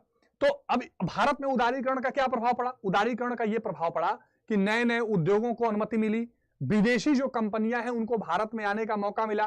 तो भारत में जो टेक्नोलॉजी, जो उद्योग हैं, उनको एक कंपटीशन मिला, उनको एक क्या मिला? उनको बेटा एक प्रतिस्पर्धा मिली। इससे क्या होगा? जब कंपटीशन होगा तो क्या होगा? क्वालिटी यानी गुणवत्ता सुधरी। तो भारत में जो कंज्यूमर हैं या भारत में जो जिसको कहते हैं उपभोक्ता हैं, उनके सामने भी नए नए तरीके का अवसर बना। उनको एक के बदले 4 जगह के ऑप्शंस बन गए। भाई पहले आपको चाय एक जगह पीनी है, अब चाय के अलग अलग 10 ब्रांड खुल जाएंगे, कॉफी के 10 ब्रांड खुल जाएंगे। तो उपभोक्ताओं को भी क्या होते हैं? नए नए क्या मिलते हैं? अवसर मिलते हैं, और जो वस्तुएं हैं, सेवाएं हैं, उनकी गुणवत्ता में भी सुधार आता है। ये सब उदारीकरण से हुआ, नहीं तो पहले किसी को अलाउड नहीं था। पूंजीवादी व्यवस्था किसे कहते हैं? बेटा देखिए, पूंजीवादी व्यवस्था क्या है? जो मुक्त व्यापार, मुक्त बाजार की बात करें, जो बात करे लाभ इसका मुख्य उद्देश्य हो, लाभ इसका मुख्य उद्देश्य हो, ठीक है। न्यूनतम हस्तक्षेप हो, यानी सरकार जो है वो अर्थव्यवस्था में हस्तक्षेप ना करे, सब कुछ क्या चले? बाजार तंत्र से चले। बाजार तंत्र का मतलब होता है सब कुछ मांग एवं पूर्ति से डिसाइड हो। वस्तु की मांग और पूर्ति से कीमत डिसाइड हो, वस्तु की मांग और पूर्ति से ही सब चीजों का निर्धारण किया जाए, ठीक है। इसमें क्या है सर जी? हाँ, अच्छा ठीक है। तो इसमें क्या होता है? बाजार तंत्र में सब कुछ मांग और पूर्ति के द्वारा निर्धारित होता है, और इसमें सरकार बिल्कुल इंटरफेयर नहीं करती है। सरकार जबरदस्ती नहीं कहती है कि हम जितना कहेंगे उतना ही दाम लगाओ, हम जो कहेंगे वही चीज बनाओ। बिल्कुल यहां क्या होगा? मुक्त बाजार होगा, लाभ कमाना मेन उद्देश्य होगा। सरकार न्यूनतम मिनिमम इंटरफेयर करेगी, बाजार का तंत्र होगा। ये सब पूंजीवादी व्यवस्था के उदाहरण है या पूंजीवादी व्यवस्था की विशेषताएं हैं, और इसी पर वैश्वीकरण चलता है। जब पढ़ते थे स्कूल से तो आजाद होना चाहते थे, अब आजाद हुए तो वही जिंदगी जीना चाहते हैं। क्या बात है, क्या बात है। चलो बच्चों, ठीक बात है, चलिए आगे चलते हैं। भूमिका संघर्ष, भूमिका संघर्ष किसे कहते हैं? भूमिका संघर्ष किसे कहते हैं? देखो, भूमिका संघर्ष का मतलब हो गया कि जब भू सुधार के लिए, भू सुधार के लिए संघर्ष, या भूमि के समान वितरण के लिए, भूमि के समान वितरण के लिए, भूमि के समान वितरण के लिए, हाँ क्लास तो है, मेरी बुक थी 6 से 8 तक या 9 तक बुक है। भूमि के समान वितरण के लिए, भूमि के समान वितरण के लिए क्या किया जाएगा बच्चों? भूमि के समान वितरण के लिए, ठीक है, एक सेकंड बच्चों रुकना जरा।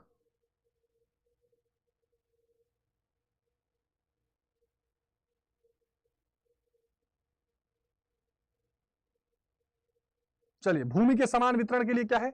जब यहां पर कोशिश की जाएगी, प्रयास किया जाएगा, तो वो क्या हो जाएगा बेटा? हाँ, तो वो भू संघर्ष में आ जाएगा। अभी इस पे भूमि सुधार पर मैं और डिटेल आपसे चर्चा करूंगा। ब्रह्म समाज की स्थापना बेटा 1828 में राजा राम मोहन राय के द्वारा की गई, ठीक है। ये क्या करता था बेटा? ये सती प्रथा का विरोध, सती प्रथा का विरोध, महिला सशक्तिकरण, महिला सशक्तिकरण, महिला सशक्तिकरण के लिए आवाज उठाना, महिला सशक्तिकरण के लिए आवाज उठाना, ये सारी चीजें इसमें शामिल थी, ये सारी चीजें इसमें शामिल थी। आगे बात समझ में?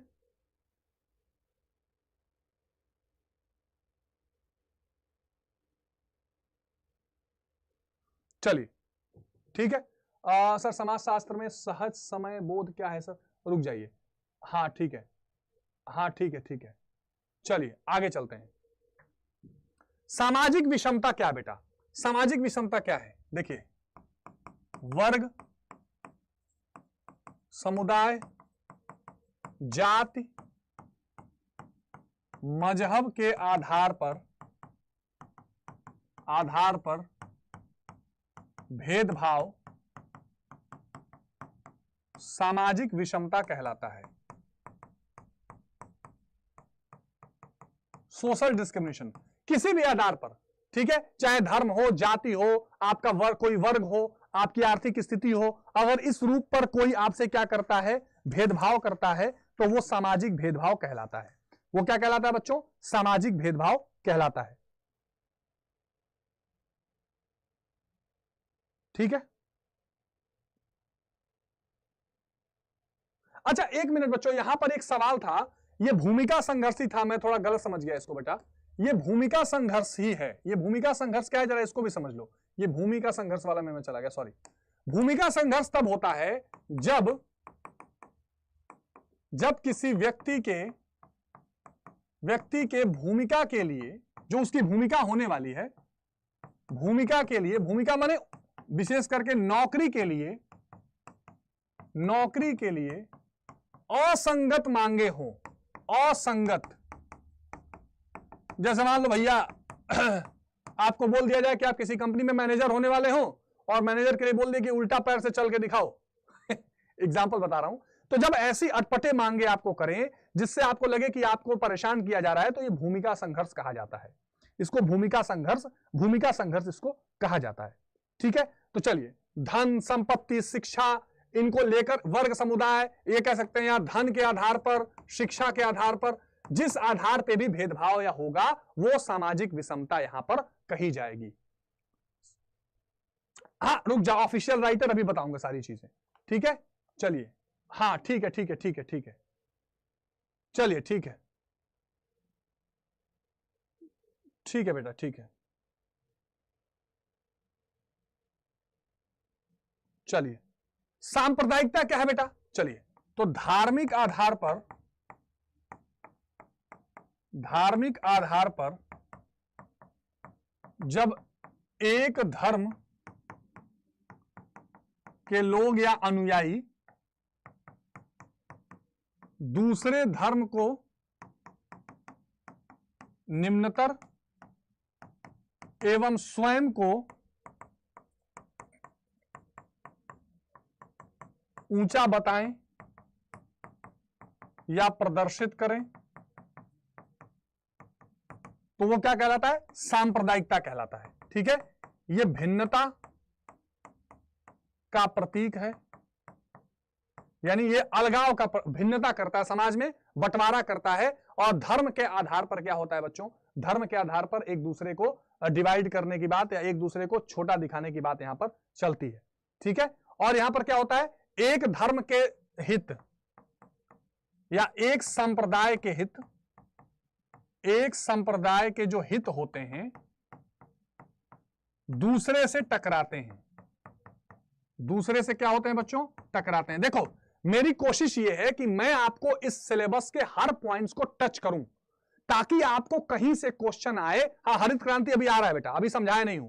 हरित क्रांति रुक जाइए। हाँ, अभी राष्ट्रवाद भी रुक जाइए। हाँ, तो अब मेरी कोशिश यह है कि मैं आपको हर पॉइंट्स के 2-2, 4-4 पॉइंट बताऊं हर टॉपिक के, ताकि आप आसानी से क्वेश्चंस को अटेम्प्ट कर पाओ, आपको अटेम्प्ट करने में कोई दिक्कत न आए। ठीक है, चलिए। हाँ चल, रुक जाइए बेटा, रुक जाइए बेटा, आसान ट्रिक से समझा रहा हूं, इसीलिए तो हर टॉपिक के बारे में आपको कुछ बेसिक जानकारियां मैं देता हुआ चल रहा हूं। चलो, अगला सवाल है वर्ग क्या है? देखिए, एक समान स्थिति वाले समूह को वर्ग कहते हैं। सिंपल, जैसे मान लीजिए बहुत अमीर अमीर लोग हैं तो अमीर अमीर एक साथ, मध्यम वर्ग वाले एक साथ, छोटी जो आय वाले लोग हैं वो एक साथ। तो बहुत अमीर, मध्यम, छोटी आय, जो ये अलग अलग समूह में लोग रह रहे हैं, इनको हम लोग क्या कहते हैं? बबली सैनिक। कैसे बेटा? हाँ चलो, तो उनको हम लोग क्या कहते हैं? वर्ग कहते हैं। माने इनका क्या है? इनकी स्टेटस लगभग अभी एक जैसी बनी हुई है। ठीक है, चलिए। हाँ, तो इनका क्या होता है? किसी समाज में समान स्थिति होती है। वे लोग जिनका किसी समाज में समान स्थिति हो, जिनका किसी समाज में क्या हो, समान स्थिति हो। ये पेन कम चल रहा है बेटा। जिनका किसी समाज में क्या हो, एक समान स्थिति हो, यानी एक जैसी स्थिति में ये लोग रह रहे हो। सामाजिक बहिष्कार, जिसको अंग्रेजी में कहते हैं सोशल एक्सकल्सन, सोशल एक्सकल्सन, सामाजिक बहिष्कार किसे कहते हैं? हाँ, सामाजिक बहिष्कार क्या होता है भाई? सामाजिक बहिष्कार, सामाजिक बहिष्कार का मतलब होता है, हाँ ठीक है, वह प्रक्रिया जिसके माध्यम से किसी एक वर्ग या जाति को समाज के मुख्य धारा में शामिल नहीं होने दिया जाता, शामिल नहीं होने दिया जाता। तो वह प्रक्रिया जिसके माध्यम से समाज में किसी एक वर्ग को मुख्य धारा में शामिल नहीं। हाँ, मेन टॉकी पढ़ा रहा हूं, रुक जाओ रितु बेटा, अभी टाइम है, परेशान मत हो, धीरे धीरे चलो, अभी टाइम है, मेरे को कराने दो। एक बार मेरे साथ मेरे भरोसा करके रहो, लास्ट तक कुछ छूटेगा नहीं। थोड़ा इंतजार करो, और कल सुबह भी क्लास लूंगा, कल सुबह भी क्लास लूंगा। थोड़ा सा आप लोग इंतजार करके चलिए, थोड़ा सा आप लोग इंतजार करके चलिए। तो जब किसी समाज के किसी व्यक्ति को हम क्या करते हैं, किसी मुख्य धारा में जोड़ने नहीं देते हैं, मुख्य धारा में ऐड नहीं होने देते हैं, चलने नहीं देते हैं, तो उसको हम लोग क्या बोलते हैं बेटा? उसको हम लोग बोलते हैं सामाजिक बहिष्कार या सामाजिक एक्सकल्सन। ठीक है, चलिए। अच्छा, यह एक संरचनात्मक प्रक्रिया है, एक पूरा सिस्टम से बनता है, क्योंकि व्यक्तिगत नहीं, सामाजिक प्रक्रिया है। यह एक, इसकी पूरी संरचना है, यह एक संरचनात्मक प्रक्रिया है, यह एक संरचनात्मक प्रक्रिया है, व्यक्तिगत नहीं है, व्यक्तिगत नहीं है। ठीक है, आप लोग बाद में मैं सारा डिटेल भी जो पूछेंगे सब कराऊंगा, पहले देखते जाइए। तो यह व्यक्तिगत नहीं है। अगला सवाल, जाति पूर्वाग्रह, ये तो मैं आपको बता चुका हूं, जाति पूर्वाग्रह के बारे में तो पहले हम लोग पढ़ चुके हैं। अस्पृश्यता, इसको बोलते हैं अनटचेबिलिटी।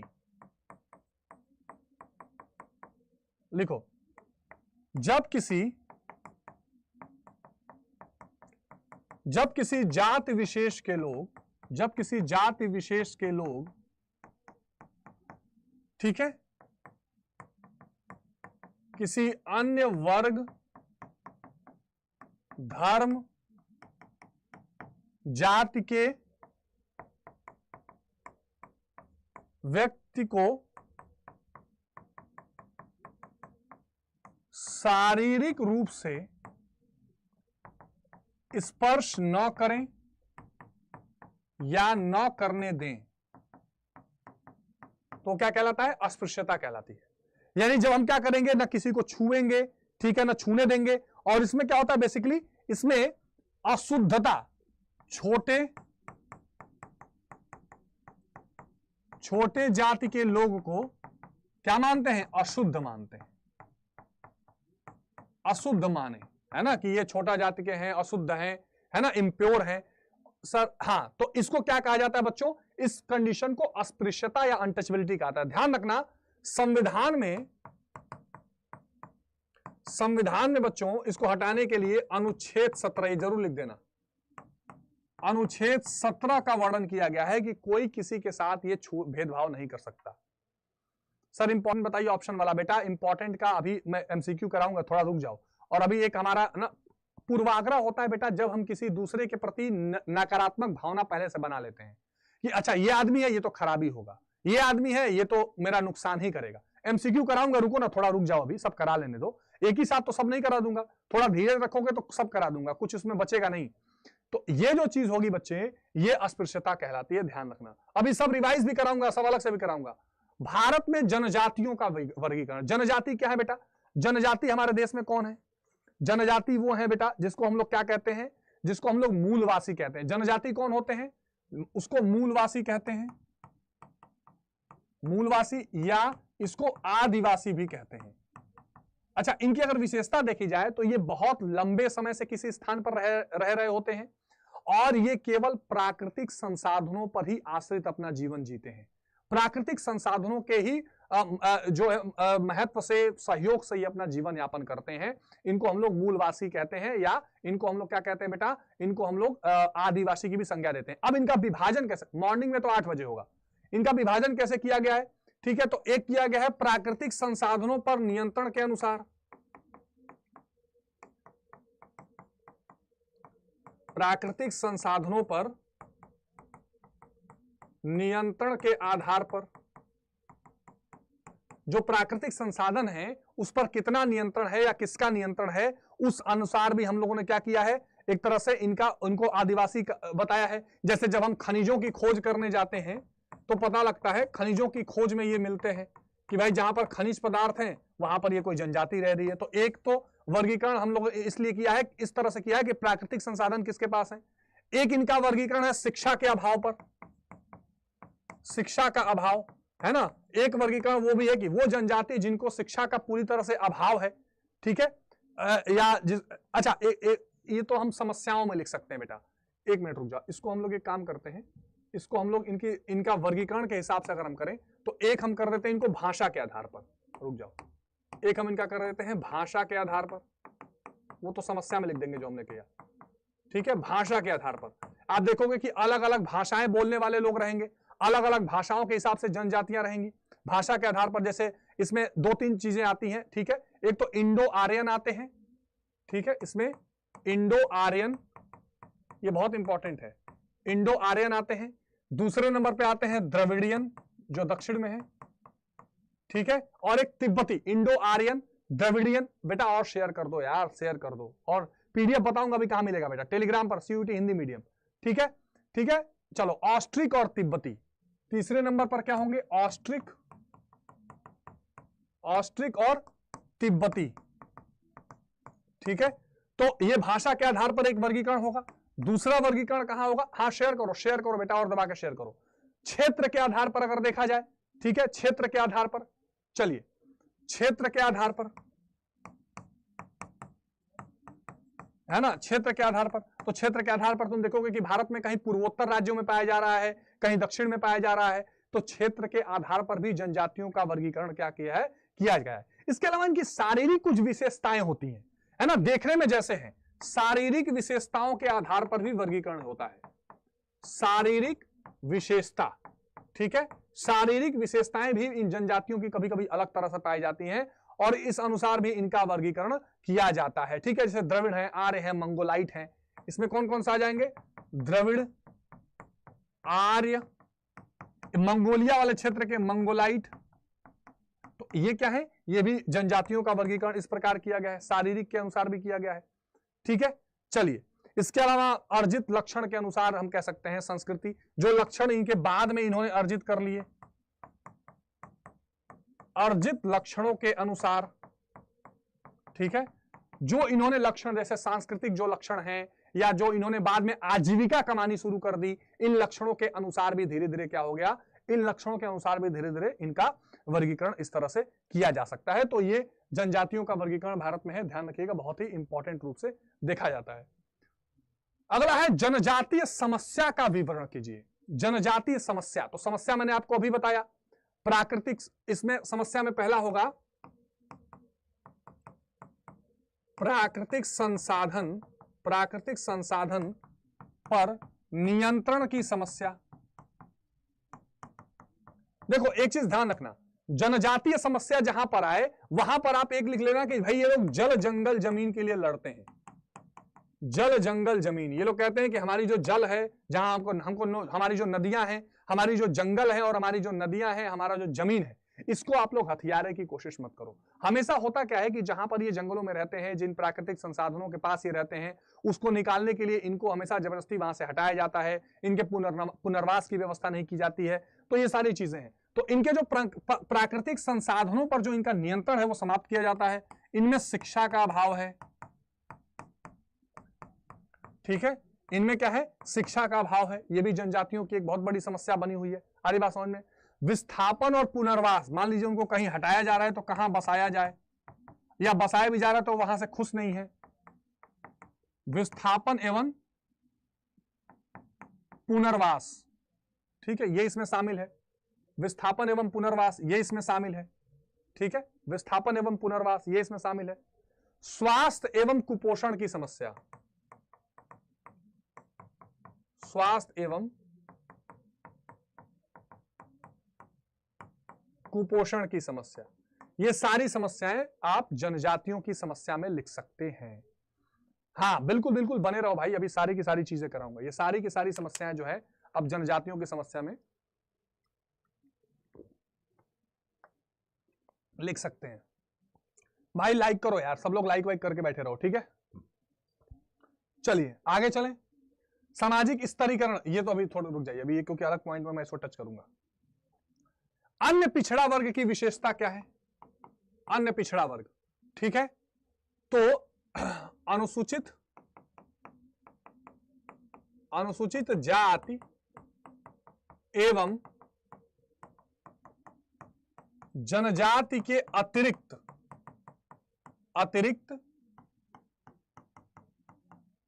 आर्थिक एवं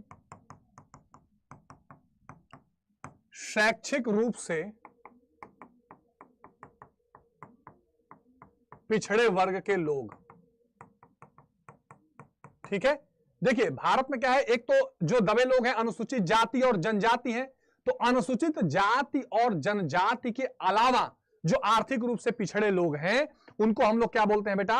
उनको हम लोग क्या बोलते हैं? पिछड़ा वर्ग इनको कहते हैं, ठीक है। इनको अन्य पिछड़ा वर्ग कहा जाता है, ठीक है। ये इनकी विशेषताएं रहती हैं मुख्य रूप से। अच्छा, इसमें क्या होता है बेटा, इनकी समस्याओं की अगर बात आप करोगी तो इनके समस्याओं में अगर आप देखोगे तो आय की समस्या, रोजगार की समस्या, शिक्षा की समस्या, ये सारी समस्याएं जो है अन्य पिछड़ा वर्ग के साथ जुड़ी हुई हैं। अच्छा ना, यहां पर एक बार ध्यान रखिएगा, जो पहला अन्य पिछड़ा वर्ग आयोग, जो पहला पिछड़ा वर्ग आयोग था, पहला पिछड़ा वर्ग आयोग था वो 1953 में बना। एक बार डेट चेक करना पड़ेगा, ईयर। इसमें जो अध्यक्ष बनाए गए थे, ये क्वेश्चन पूछता है, इसमें जो अध्यक्ष बनाए गए थे बच्चों, ये कालेकर बनाए गए थे, बाबा कालेकर। और दूसरा जो था, दूसरा पिछड़ा वर्ग जो आयोग था, इसमें बीपी मंडल बनाए गए थे, विंध्येश्वरी प्रसाद मंडल इसके अध्यक्ष बनाए गए थे। तो क्वेश्चन पूछता है कि पहला पिछड़ा वर्ग आयोग के अध्यक्ष कौन थे? तो कालेकर, और दूसरे के वीपी विंध्येश्वरी प्रसाद मंडल थे। ये वही बीपी मंडल थे जिनके नेतृत्व में मंडल आयोग बनाया गया। और उस मंडल आयोग ने यह कहा कि भैया अगर पिछड़े वर्ग का आपको उत्थान करना है, पिछड़े वर्ग का प्रगति करना है, तो आपको नौकरियों में या शैक्षणिक संस्थाओं में 27% का आरक्षण इनको देना पड़ेगा। 27% का आरक्षण इनको देना पड़ेगा। आ गई बात समझ में? तो ये ध्यान रखिए, एग्जाम के बाद सीयूईटी की तैयारी में बैच से जुड़ने के लिए आप यहां पर मेरे से संपर्क कर सकते हैं। अगर आपको बैच में जुड़ना है, ये इंपॉर्टेंट है, इसके बिना आप सीयूईटी की परीक्षा देकर पास नहीं कर पाएंगे, ये ध्यान रखिएगा। चलिए आगे चलते हैं, ठीक है। अगला जो सवाल है, दिव्यांगों पर कल्याण, अभी देखेंगे इसको। क्षेत्रवाद को परिभाषित कीजिए। क्षेत्रवाद क्या होता है? क्षेत्रवाद को परिभाषित कीजिए, ठीक है। क्षेत्रवाद को परिभाषित कीजिए। क्षेत्रवाद क्या है भाई? जब एक क्षेत्र के लोग अपने क्षेत्र को, अपने क्षेत्र की समस्याएं या अपने क्षेत्र की बातों को दूसरे क्षेत्र से ऊपर रखने का प्रयास करें, या अपने क्षेत्र को जो है वो सबसे प्रमुख बताएं, तो वो क्षेत्रवाद कहलाता है। आ रही बात समझ में? वो क्षेत्रवाद कहलाता है। हाँ, चलिए, इसमें क्या होता है, अपने क्षेत्र को संपूर्ण राष्ट्र के अन्य क्षेत्रों से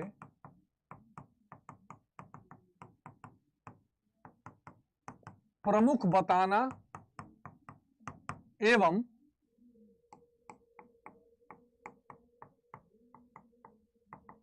उसकी समस्याओं को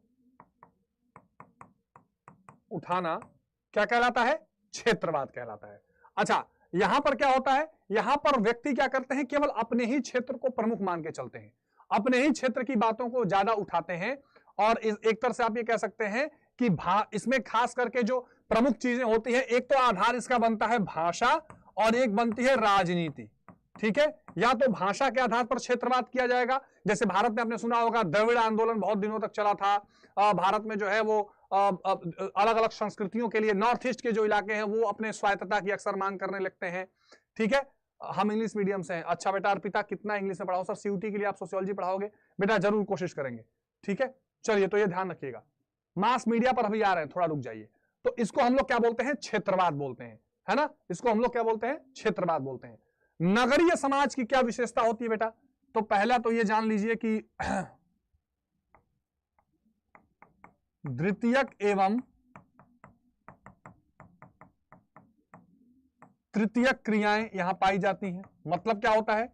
या तो विनिर्माण उद्योग रहेंगे या सेवाएं यहां पर रहेंगी। ठीक है, द्वितीयक एवं तृतीयक क्रियाएं।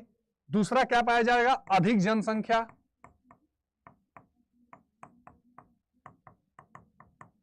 यहां पर अधिक जनसंख्या पाई जाएगी। तीसरा क्या होगा बच्चों? तीसरा होगा शिक्षा। चौथा अधिक जनसंख्या और जनसंख्या घनत्व दोनों यहां पर ज्यादा पाया जाएगा। ठीक है, एकल परिवार यहां पर अधिक पाया जाएगा। तो ये सब नगरीय समाज की विशेषता होती है। मैंने आपको पहले भी इसके बारे में बता रखा है। राज्य क्या है? अच्छा अभी बता रहा हूं, एक मिनट रुक जाइए, एक मिनट रुक जाइए बेटा। सर पूछ रहे हैं निखिल कहां? हाँ चलिए, समाज किसे कहते हैं? अच्छा रुक जाइए सर, भाई पढ़ लो पल। हाँ पहले एक बार मुझे सारे पॉइंट्स को समाप्त कर लेने दीजिए।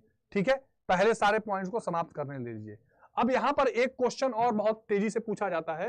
यहां पर एक क्वेश्चन और बहुत तेजी से पूछा जाता है। हाँ बच्चे, हेलो, हाँ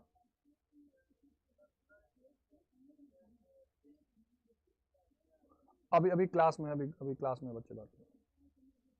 चलिए, तो यहां पर क्या है? ये नगरीय समाज की विशेषता हो गई। अच्छा, इसके बाद जो एक सवाल पूछा जाता है राष्ट्रवाद पर, थोड़ा सा एक सवाल यहां पर रहता है बेटा, राष्ट्रवाद। राष्ट्रवाद, राष्ट्रवाद क्या है? राष्ट्र के लिए निष्ठा। राष्ट्र के लिए निष्ठा। जब किसी राष्ट्र के लिए आपकी निष्ठा, जो आपकी मनोभावना है, राष्ट्र के लिए जो आपकी निष्ठा है, जो आपकी मनोभावना है, ठीक है, और उसकी प्रगति के लिए आदर्शों को, राष्ट्र की प्रगति के लिए, राष्ट्र की प्रगति के लिए आदर्शों का सिद्धांत बनाना कि भाई हम अपने देश की प्रगति के लिए ये आदर्श फॉलो करेंगे। ठीक है, उसके लिए नीति निर्माण एवं योगदान देना, योगदान को तत्पर रहना, ये क्या होता है? राष्ट्रवाद होता है कि भाई हमारा अपना देश होगा, हम उस देश को आगे बढ़ाने के लिए पूरी कोशिश करेंगे, नीति बनाएंगे, नीति निर्माण से आगे ले जाएंगे।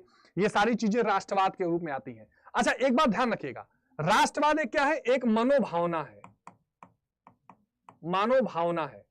और राज्य क्या है? अगर मैं ही पूछूं राज्य, राज्य तो राज्य क्या होता है? राजनीतिक सीमा, राजनीतिक सीमा प्लस संप्रभुता। ये दोनों जब मिल जाते हैं, मान लीजिए ये कोई देश है, इसकी एक राजनीतिक सीमा है, संप्रभुता माने आजाद हो, अपने निर्णय लेने की स्वतंत्रता हो।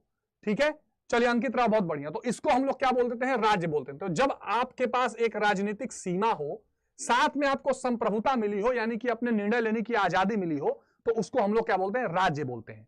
ठीक है, तो ध्यान रखिएगा, इसको हम लोग क्या बोलते हैं? राज्य बोलते हैं। ठीक है, ठीक है, ठीक है। तो ये हम लोग क्या कर रहे थे बेटा? यहां पर क्षेत्रवाद कर रहे थे, ये एक विशेष क्षेत्र से जुड़ा हुआ था। सांस्कृतिक विविधता क्या है बेटा? सांस्कृतिक विविधता का मतलब होता है, सांस्कृतिक विविधता क्या मतलब होता है? विविधता माने अलग अलग तरह की डाइवर्सिटी, यानी जब किसी धर्म भाषा के आधार पर, हाँ हाँ ठीक ठीक ठीक बच्चों, बिल्कुल ठीक, ठीक है, ठीक है, ठीक है, ठीक है, ठीक है, ठीक है, हाँ, विभिन्न प्रकार के, विभिन्न प्रकार के सामाजिक चिन्ह, जैसे भाषा, भाषा, ठीक है, देखो जो, हाँ ठीक है, ठीक है, भाषा, भोजन, ठीक है, परिधान के आधार पर, परिधान माने पहनावा, भिन्नता जो होती है, भिन्नता जो होती है उसे हम लोग सांस्कृतिक विविधता कहते हैं। भाई कहीं भाषा अलग बोली जा रही है, कहीं विचार अलग बोले जा रहे हैं। सीयूईटी बेटा वो होता है जो एग्जाम देके आप 12th के बाद यूनिवर्सिटी में एडमिशन पाते हैं, उसको समुदाय बोलते हैं। सर राज्य एक समुदाय है या संस्था? समुदाय है बेटा, संस्था भी इंस्टीट्यूशन भी है। स्टेट इज इंस्टीट्यूशन, संस्था। ठीक है, हाँ बिल्कुल अपने मन से बना के लिखना है, वही तो समझा रहा हूं कि अपने मन से तुम बना के लिख सको। ठीक है, चलिए, तो इसमें धर्म, संप्रदाय, कुल और जाति, हर आधार पर इसमें क्या होती है? भिन्नता होती है। ठीक है, चलिए, इन भिन्नताओं को,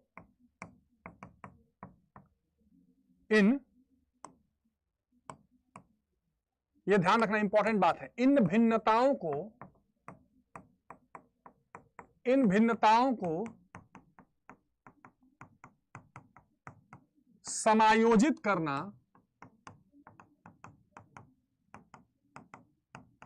बड़ी चुनौती होती है। इन भिन्नताओं को समायोजित करना यानी इनको मिला के चलना, इनको एक साथ मिक्स करके चलना, ये एक बहुत बड़ी चुनौती होती है।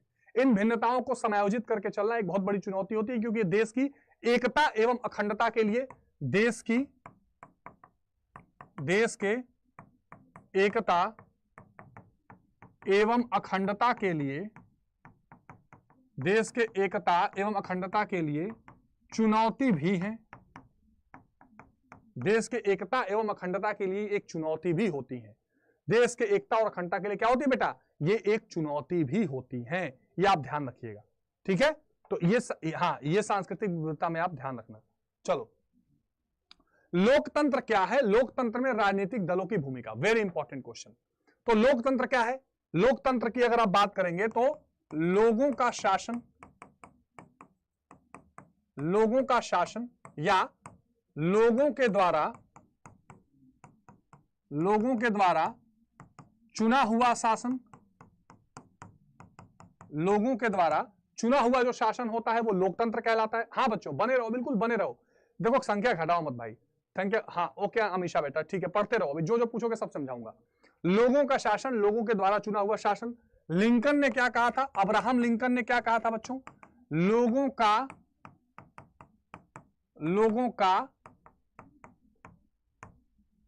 के द्वारा,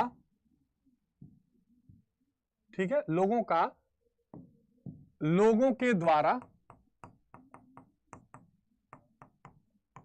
लोगों के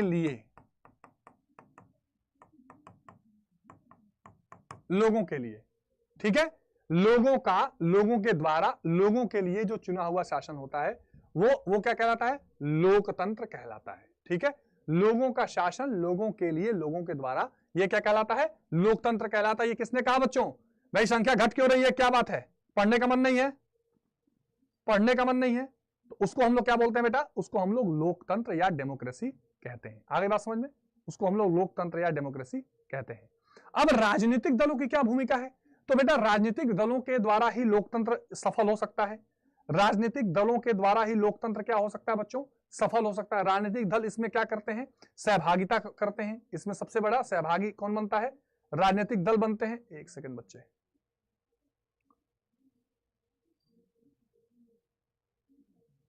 एक सेकंड बच्चे, ठीक है, चलिए। तो राजनीतिक दलों की भूमिका की अगर बात करें, राजनीतिक दलों की भूमिका, राजनीतिक दलों की भूमिका की बात करें तो ये दल क्या करते हैं? दल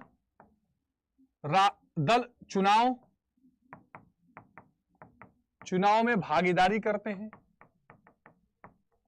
लोगों का प्रतिनिधित्व करते हैं, लोगों का प्रतिनिधित्व करते हैं। ठीक है, दल चुनाव में भागीदारी होते हैं, लोगों का प्रतिनिधित्व करते हैं। इसके अलावा और क्या करते हैं बच्चों?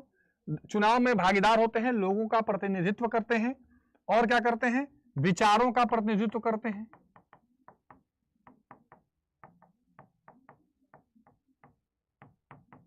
विचारों का प्रतिनिधित्व करते हैं। ये सारी चीजें कौन करता है? राजनीतिक दल करते हैं। ठीक है, राजनीतिक दल इसमें करते हैं। तो राजनीतिक दलों की प्रमुख भूमिका देखी जाती है। धर्मनिरपेक्षता क्या है बेटा? धर्मनिरपेक्षता क्या है? धर्म के आधार पर समानता या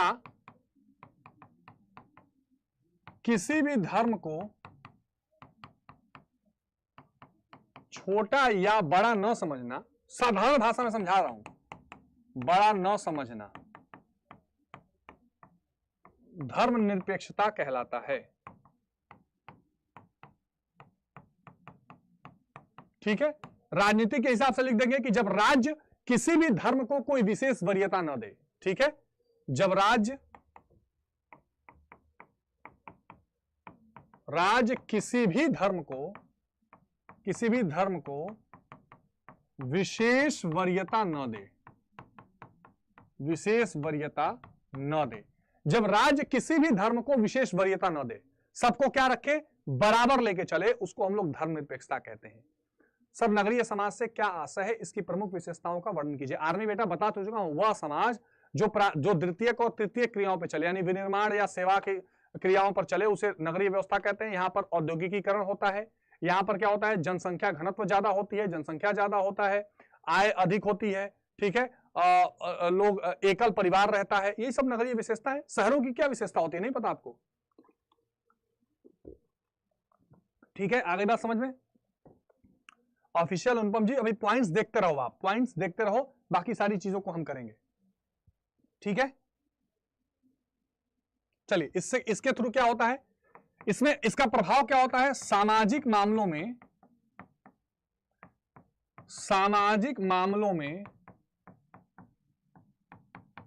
धर्म की प्रधानता घटती है, धर्म की प्रधानता घटती है। सामाजिक मामलों में धर्म की प्रधानता क्या होती है, घटती है। कल क्लास सुबह 8 बजे होगी, कल क्लास सुबह 8 बजे होगी। तो सामाजिक मामलों में धर्म की प्रधानता क्या होती है बच्चों, घटती है। आ रही बात समझ में? सामाजिक मामलों में धर्म की प्रधानता क्या होती है, घटती है। सामाजिक सर्वेक्षण किसे कहते हैं, सामाजिक सर्वेक्षण किसे कहते हैं बेटा, बताइए। सामाजिक सर्वेक्षण जो आपका परियोजना वाला चैप्टर है, सामाजिक सर्वेक्षण किसे कहते हैं?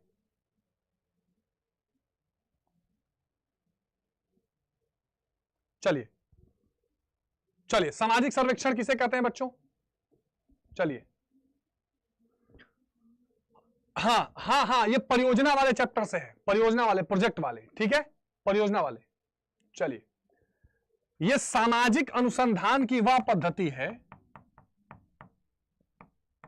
सामाजिक अनुसंधान की वह पद्धति है, सामाजिक अनुसंधान की वह पद्धति है जिसमें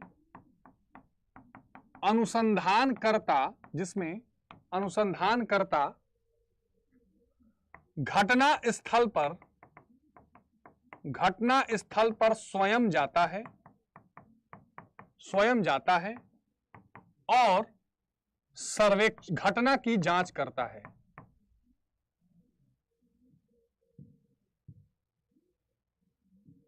घटना की जांच करता है। यह सर्वेक्षणकर्ता क्या होता है, घटना स्थल पर स्वयं जाता है और घटना की जांच करता है। आगे बात में, या वैज्ञानिक रूप से अवलोकन करता है। वैज्ञानिक रूप से इसका क्या करता है, वैज्ञानिक रूप से अवलोकन करता है, अवलोकन करता है। मान लीजिए गरीबी है तो या भुखमरी है, तो वहां पर वो व्यक्ति जाएगा, उसकी वैज्ञानिक रूप से अवलोकन करेगा, उसकी चीजें निकाल कर आएगा। हाँ सुजल बेटा बढ़िया, उसके फाइंडिंग्स निकाल के आएगा। ठीक है, अब इसका महत्व क्या होता है, सीधे सीधे अनुसंधानकर्ता वहां के जो घटना है उससे संपर्क में आता है। ठीक है, आगे बात समझ में। हाँ, तो ये जो है, ये घटना का सफलता से पता लगाने में सक्षम होती है ये चीज, तो इसका बहुत ही इंपॉर्टेंट रूप से होता है। अच्छा, साक्षात्कार में क्या होता है, जब व्यक्ति जाकर किसी से डायरेक्ट बात करता है, बातचीत करके किसी घटना या स्थिति के बारे में पता लगाता है, तो वो साक्षात्कार का माध्यम बनती है। इसको हम लोग थोड़ा और डिटेल में देखेंगे। औद्योगिकीकरण की विशेषता क्या है, औद्योगिकीकरण की विशेषता, औद्योगिकीकरण क्या है, जब किसी भी स्थान पर उद्योगों का विकास करना, उद्योगों को लगाना, उद्योगों को बढ़ाना, ये सब औद्योगिकीकरण है। अब भारत में जो द्वितीय पंचवर्षीय योजनाएं शुरू हुई, तो द्वितीय पंचवर्षीय योजनाओं के बाद ही लगातार औद्योगिकीकरण को बढ़ावा दिया जाने लगा, औद्योगिकीकरण को सपोर्ट किया जाने लगा। तो ये सब औद्योगिकीकरण के अंतर्गत आती हैं। तो औद्योगिकीकरण की विशेषताएं अगर आपसे पूछे तो आप क्या लिखेंगे, हाँ हाँ हाँ बता रहा हूं भाई, वो भी बता रहा हूं, 2 मिनट रुकोगे, वो भी समझा दूंगा, वो भी समझा दूंगा, ठीक है, बिल्कुल बिल्कुल बिल्कुल वो भी समझा दूंगा। चलिए, तो क्या होगा, नवीन उद्योगों की स्थापना, नवीन उद्योगों की स्थापना, नए नए उद्योग लगाए जाते हैं, एक तो इसकी विशेषता ये रहती है, नए नए उद्योग यहां पर लगाए जाते हैं, ठीक है। चलो, हाथ की बजाय मशीनों का अधिक प्रयोग, जब उद्योग लगता है तो हाथ की बजाय मशीनों से चीजें बनाई जाती हैं, मशीनों का अधिक प्रयोग, हाथ की बजाय मशीनों का अधिक प्रयोग किया जाता है, ठीक है। तो नए नए उद्योग लगाए जाते हैं, हाथ के बजाय मशीनों का अधिक प्रयोग किया जाता है, ठीक है। आगे बात समझ में, चलिए, श्रम विभाजन एवं विशेषीकरण, श्रम का विभाजन किया जाता है और श्रम की विशिष्टता, यानी कौन आदमी कौन सा काम करेगा, इस पर फोकस होता है। श्रम विभाजन एवं विशेषीकरण पर ध्यान, विशेषीकरण पर ध्यान। एक तो श्रम का विभाजन किया जाता है, उसका विशेषीकरण। अगर मैं प्रभाव की बात करूं, यानी औद्योगिकीकरण का क्या प्रभाव है, तो उत्पादन में वृद्धि, यानी वस्तु एवं सेवाओं की उत्पादन में जो है वो वृद्धि होगी, वस्तु और सेवाएं उपलब्ध होंगी, आय एवं रोजगार बढ़ेगा, आय एवं रोजगार बढ़ेगा, ठीक है, ये इसका प्रभाव हो जाएगा। एक और प्रभाव होता है कि जहां उद्योग लगते हैं वहां पर नगरीय जनसंख्या भी बढ़ती है, यानी शहरीकरण में का विकास, शहरीकरण का विकास या शहरों का विकास, ये चीजें भी देखने को मिलती हैं। तो उत्पादन की वृद्धि, आय और रोजगार में वृद्धि, शहरीकरण का विकास, ये सारी चीजें क्या हैं, इसमें दिखाई पड़ती हैं। हाँ बेटा पल्लवी रुक जाइए, गुड इवनिंग, गुड इवनिंग बेटा, गुड इवनिंग। उपनिवेशवाद का मतलब होता है जब किसी एक क्षेत्र का कोई देश दूसरे क्षेत्र को गुलाम बनाना चाहे, उसे अपने अधीनस्थ करना चाहे, है ना, उस पर कब्जा करना चाहे, तो उसको हम लोग क्या कहते हैं। बेटा मैं PYQ ही करा रहा हूं, ये सब कभी ना कभी पूछे गए क्वेश्चन है और एग्जाम में आने वाले हैं। जब आप कल पेपर देखेंगे ना तब आपको समझ में आएगा। कल सुबह 8 बजे क्लास है बेटा, कल की क्लास सुबह 8 बजे है, कल की जो क्लास होगी वो सुबह 8 बजे होगी बेटा। 2.5 से 3 पेज में 6 नंबर वाला, 2, 2.5, 3 जहां तक खींचो खींच देना यार। अब देखो, मान लो आपको औद्योगिकीकरण का क्वेश्चन आ जाता है तो आप उसके बारे में बहुत चीजें लिखोगे कि भाई किसी भी स्थान पर उद्योगों की स्थापना करना औद्योगिकीकरण कहलाता है। उद्योगों की स्थापना वहां की जाती है जहां वो कच्चा माल मिल सके। उद्योग जहां पर लगते हैं अचानक वहां पर क्या होता है, फिर वस्तु और सेवाओं का उत्पादन भी होता है, साथ में जो है वहां पर नगरों की स्थापना होती चली जाती है, शहर बढ़ने लगते हैं, लोगों को आय और रोजगार मिलता है। ये सारे पॉइंट्स बना बना के फिर उनसे जीवन स्तर में सुधार आता है। भारत में ऐसे बहुत सारे शहर और नगर हैं जहां उद्योग लगाए गए हैं, जहां नहीं है वो स्थान पिछड़ा माना जाता है। तो इस तरह आप अपने क्वेश्चन को लॉन्ग आंसर में भी चेंज कर सकते हैं, छोटे छोटे आंसर को बड़े आंसर में भी चेंज कर सकते हैं। थैंक यू रितु बेटा, थैंक यू। चलो, संस्कृतिकरण किसे कहते हैं, वेरी इंपॉर्टेंट क्वेश्चन। इसके जो स्थापक हैं, इसके प्रवर्तक है वो S श्रीनिवासन है। संस्कृतिकरण की बात S श्रीनिवासन ने की, S श्रीनिवासन ने की। यहां क्या होता है, जब छोटी जाति के लोग बड़े समूह या जाति की संस्कृति को आत्मसात कर लें, आत्मसात कर लें, उसे संस्कृतिकरण कहते हैं, ठीक है। जैसे मान लीजिए कि मॉडर्न इलाका आ रहा है, नानो शहर है, एक साथ सब लोग रह रहे हैं, कोई जातीय भेदभाव नहीं है, ठीक है। तो अब वहां पर अगर छोटे वर्ग के या छोटी जात के लोग हैं, वो अगर ऊपर के लोगों को की नकल करके या उस संस्कृति में अपने आप को ढाल लेते हैं।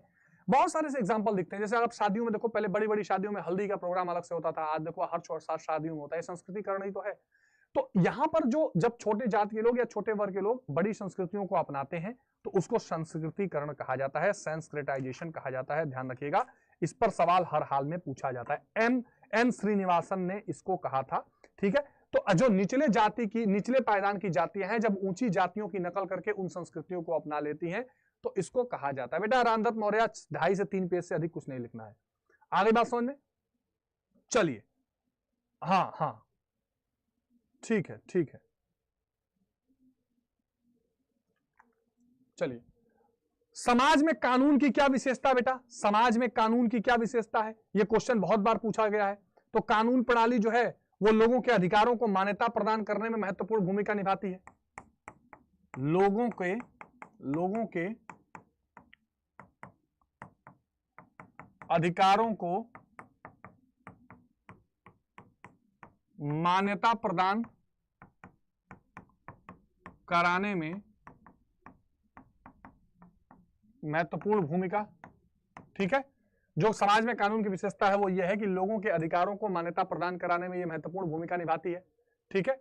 सर कल आप जल्दी करो ना बेटा, 8 से 10 11 तक मैं 12 तक पूरा करा दूंगा, उसमें टेंशन मत लेना, ठीक है। कानूनों को करने में और लोगों के अधिकारों को स्थापित कराने में क्या करती है, एक बहुत बड़ी भूमिका निभाती है। और एक क्षेत्र में जब कानून की पालना होती है तो बाकी क्षेत्रों में भी उसकी भूमिका बनती है। समाज में खास करके, अब इसमें अगर बड़ा आ जाए तो लिख सकते हो, छोटे वर्ग के लोगों को अगर जीवन यापन अपना करना है, ठीक से करना है, एक डिग्निटी के साथ करना है, तो कानून उनको रक्षा करती है, कानून उनको ये प्रोवाइड करती है कि भाई आप क्या करिए, लोगों को भी सबके अधिकार मिले, जीवन यापन करें। जो छोटी जातियां हैं, छोटे वर्ग हैं, उनके लिए बहुत सारे, या शोषित वर्गों के लिए बहुत सारे कानून बनाए भी गए हैं, जैसे दलित एट्रोसिटीज है ना, दलितों के लिए 1989 में कानून आया कि कोई उनके साथ जो है भेदभाव नहीं कर सकता, उन्हें सता नहीं सकता। नहीं, सूरज गुप्ता बिल्कुल नहीं भूला हूं। तो ये सब सारी चीजें कानूनी रूप से बहुत इंपॉर्टेंट आती हैं। आधुनिकीकरण, देखो इसका संबंध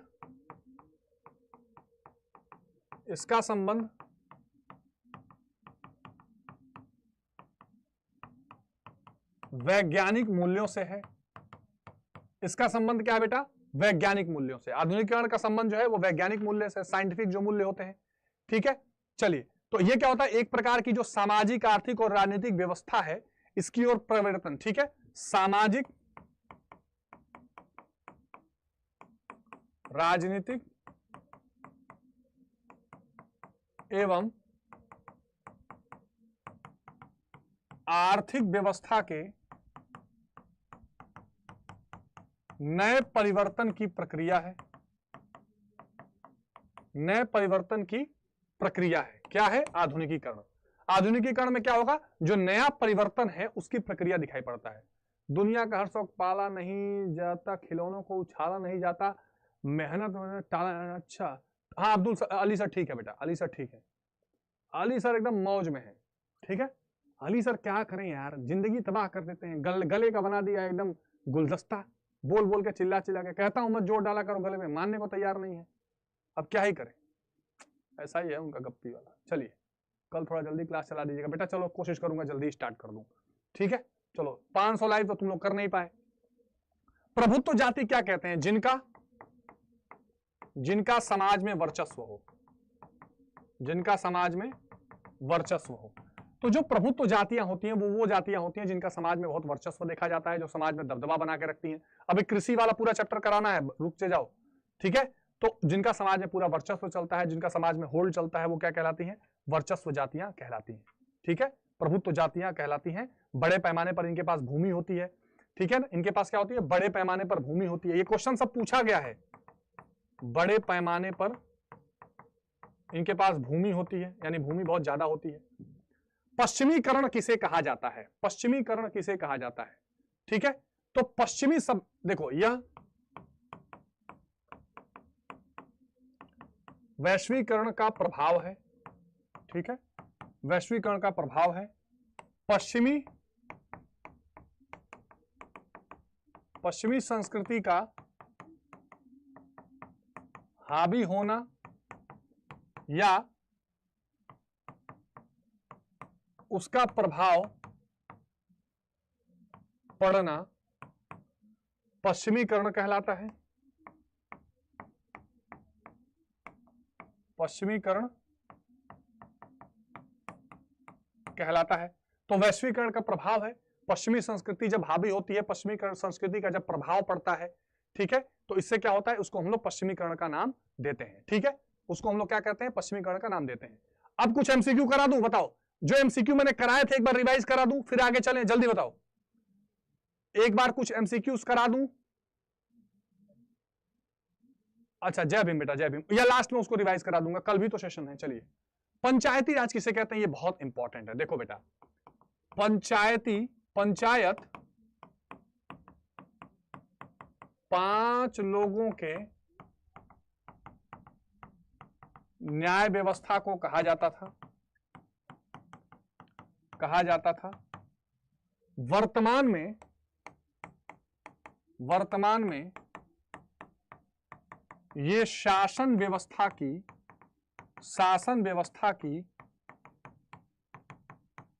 सबसे छोटी इकाई है।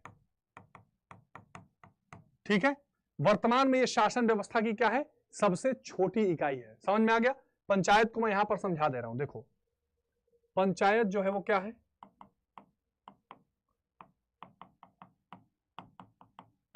शासन व्यवस्था की सबसे छोटी इकाई।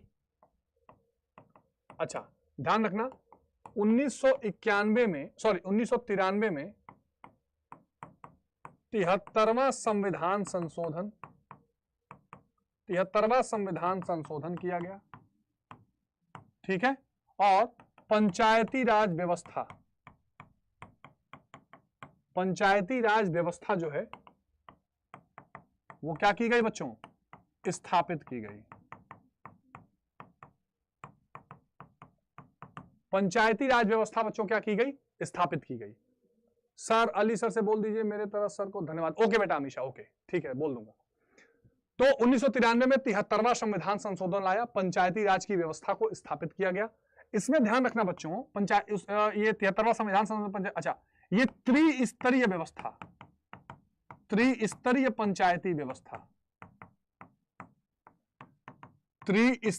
पंचायती व्यवस्था भारत में लागू की गई। कौन कौन सा ध्यान रखना, एक है जिला पंचायत जो जिला स्तर पर थी।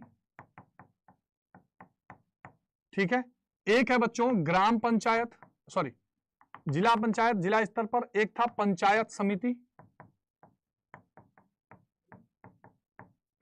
जो ब्लॉक लेवल पर या प्रखंड लेवल पर, और एक था बेटा ग्राम पंचायत जो गांव के स्तर पर। ठीक है, जिला पंचायत जिले स्तर पर, पंचायत समिति ब्लॉक के स्तर पर, और ग्राम पंचायत गांव के स्तर पर। यह त्रिस्तरीय पंचायत व्यवस्था है बेटा, यह त्रिस्तरीय पंचायत व्यवस्था जिसको हम माना जाता है। अच्छा, एक बात और बता देता हूं बच्चों, ये समझ लेना, कल समाज शास्त्र में सुबह 8 बजे कराऊंगा, उसके बाद से 2 दिनों के बाद CUET की क्लास शुरू हो जाएगी। तो आप लोगों को मेरी उस क्लास में भी हमेशा रहना है। मैं शाम को 7 बजे और 9 बजे 2 यूट्यूब क्लासेस लूंगा, इकोनॉमिक्स 7 बजे, 9 बजे पॉलिटिकल साइंस, और फिर कुछ दिनों बाद सोशियोलॉजी का भी ऐड करूंगा। तो आप लोग उसमें बिल्कुल आते रहिएगा। चलिए, तो ये पंचायती व्यवस्था है। अच्छा, इसमें कुछ विशेषताएं ध्यान रखना, पंचायती राज की कुछ विशेषताएं, मतलब क्या इसमें संविधान में वर्णन किया गया है, क्या क्या चीजें इंक्लूड की गई है, ध्यान रखना। पहला क्या है, हर 5 वर्ष पर चुनाव। ठीक है, दूसरा OBC, SC, ST और महिला को आरक्षण इसमें दिया गया है। ठीक है, यानी अन्य पिछड़ा वर्ग के लिए, जनजाति के लिए, अनुसूचित जातियों के लिए और महिलाओं के लिए इसमें आरक्षण की व्यवस्था की गई है। ठीक है, तीसरा महिलाओं को न्यूनतम 1/3 या 33% का आरक्षण, 33% का आरक्षण दिया गया है। ठीक है, ये इसमें कहा गया है। इसके अलावा जो पैसे का बंटवारा होना चाहिए, राज्य सरकार जो है वो पंचायतों को पैसा दे, इसके लिए राज्य वित्त आयोग की स्थापना। देखो यहां क्या है, पंचायती राज को जो लाने का धारणा था बच्चों, वो था स्थायी शासन को बढ़ावा, स्वशासन जो है लोकल स्तर पर, उसको बढ़ावा देने की कोशिश की गई, ताकि जो दबे कुचले लोग हैं, जो पिछड़े लोग हैं, उनका भी कल्याण इसको हो सके, उसका भी उनको अपलिफ्टमेंट या उनको बढ़ावा इससे मिल सके, ये कोशिश करनी यहां पर कोशिश की गई है। राज्य वित्त आयोग की स्थापना की गई है। 5, इसके अलावा राज्य निर्वाचन आयोग की भी स्थापना की गई है, जो इसको चुनाव करवाएगा, यानी 5-5 साल पर चुनाव होते रहना चाहिए, यह सुनिश्चित किया गया है। राज्य निर्वाचन आयोग की स्थापना की गई है। तो ये भारत में कुछ पंचायती राज की विशेषताएं हैं, जिसको आप लोग बहुत विशेष रूप से ध्यान रखेंगे। ठीक है। वैभव क्या दिक्कत है 8 बजे की क्लास में? चलो मैं कोशिश करूंगा 7 बजे करने की। बेटा जो भी सीयूईटी में जुड़ेगा मेरे से, वो यहां पर पीडीएफ के लिए सीयूईटी में मेरे से सीयूईटी बैच के लिए किसी भी चीज के लिए यहां पर संपर्क में आ सकते हैं आप। चलिए आगे चलते हैं। तो ये ग्राम पंचायत के, अच्छा ग्राम पंचायत के दायित्व क्या क्या होते हैं अगर हम इनके कार्यों को देखें, ठीक है, पंचायत के कार्य को देखें तो क्या होते हैं? सड़क, छोटी छोटी जो सड़क होते हैं, नाले होते हैं, ठीक है, पुलिया, इसका निर्माण कराना, ये तो एक इसका ये एक मुख्य काम होता है, ठीक है, सड़क, नाले, पुलिया, इन सबों का निर्माण कराना, ये पंचायतों के कार्य के अंतर्गत देखा जाता है, ठीक है। छोटे विवादों को सुलझाना,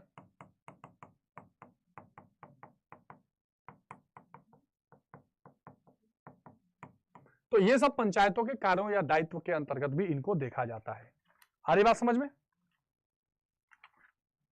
आ रही बात समझ में? चलिए चलिए, अच्छा जो अनुच्छेद पंचायतों के लिए है बेटा, ध्यान रखना, संविधान में जो अनुच्छेद है वो 243 है। संविधान में अनुच्छेद 243 में चर्चा किया गया है, और जो त्रिस्तरीय व्यवस्था की गई है वो 243 ख में की गई है। 243 ख में त्रिस्तरीय पंचायत होगा, इसकी बात यहां पर कही गई है, ठीक है, इसकी व्यवस्था यहां पर की गई है।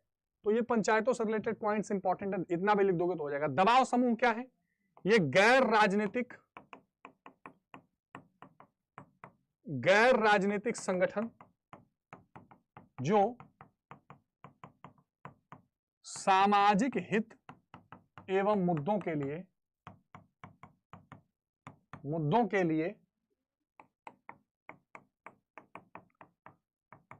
सरकार पर दबाव बनाते हैं या आवाज उठाते हैं, ठीक है। ये चूंकि क्या होते हैं, ये ऐसे दल होते हैं जो राजनीतिक दल नहीं होते हैं। अब चूंकि इसमें राजनीति के लोग नहीं होते हैं, नॉर्मल लोग होते हैं, तो फिर क्या होता है, हाँ हरित क्रांति भी समझा दे रहा हूं, तो उसमें क्या होता है, सरकार पर इसका ज्यादा दबाव बनता है, सरकार इनको ज्यादा सीरियसली लेती है कि यार ये तो जो है यहां पर ये तो लोग हैं, आवाज उठा रहे हैं, अगर हम इनकी बात नहीं सुनेंगे। इसमें सिविल सोसाइटी के लोग होते हैं, इसमें आम जनता होती है, तो वो लगातार अलग अलग मुद्दों को लेकर दबाव बनाते रहते हैं, लगातार अपनी आवाज उठाते रहते हैं, इसलिए इनको दबाव समूह कहा जाता है। ये लोकतंत्र को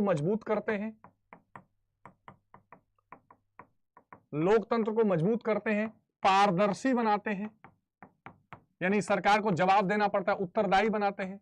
तो ये दबाव समूह जो है ये लोकतंत्र के लिए बहुत इंपॉर्टेंट होता है और बहुत फायदेमंद होता है, ये ऐसा देखा गया है, ठीक है। भारत में भूमि सुधार पर चर्चा, देखो ये कृषकों की समस्या से रिलेटेड बहुत बड़ी समस्या है।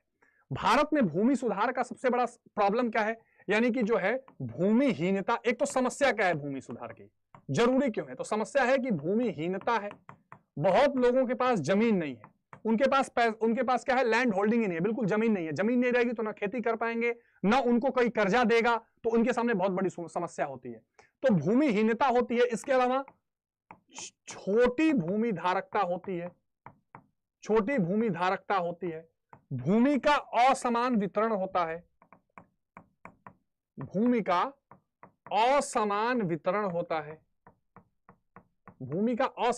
होता है, तो ये सब जो पॉइंट्स होते हैं ये कंपेल करते हैं, ये मजबूर करते हैं कि भूमि सुधार किया जाए, लैंड रिफॉर्म किया जाए। अब भूमि सुधार में महत्वपूर्ण कौन कौन से स्टेप उठाए जाते हैं, जरा सा ये देख लीजिएगा। तो अगर हम इसमें इंदिरा गांधी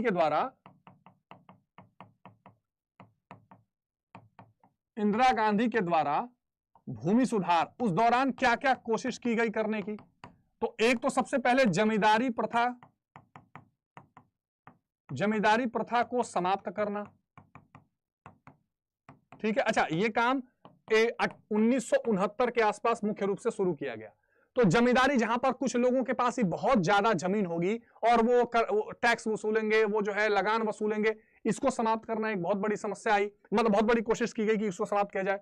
दूसरा एक नाम आता है इसमें चकबंदी, और तीसरे नंबर पे आता है हदबंदी। अब ये क्या था भाई, चकबंदी और हदबंदी का क्या मतलब है?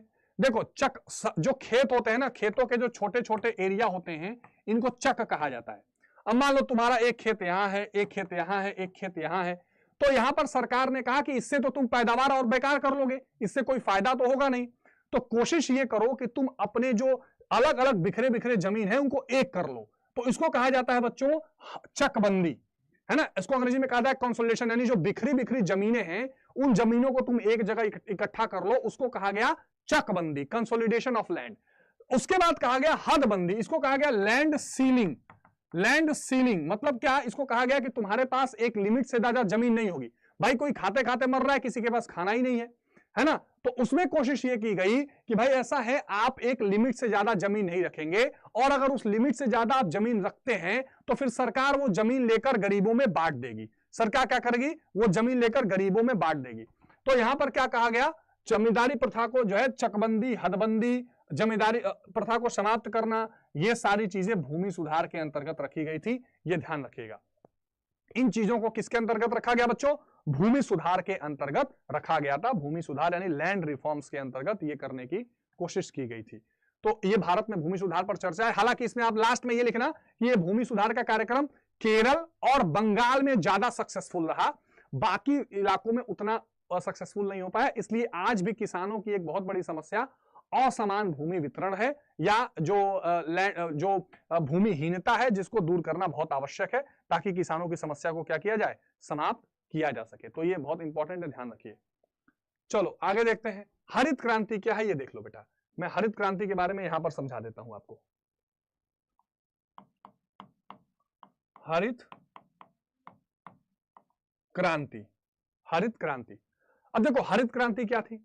हरित क्रांति उस समय शुरू हुई जब देश में खाद्यान्न संकट था, तो एक ऐसी तकनीक का इस्तेमाल करना जिससे खाद्यान्न उत्पादन को बढ़ाया जा सके, वो हरित क्रांति थी। ठीक है, तो 1960 के दशक में 1960 के दशक में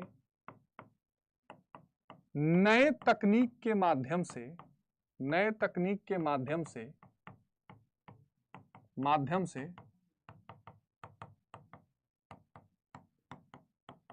कृषि की उत्पादकता को बढ़ाने की प्रक्रिया को हरित क्रांति कहा गया। हरित क्रांति कहा गया। इसमें क्या कोशिश की गई कि भाई जो कृषि का उत्पादन है उसको बढ़ाया जाए।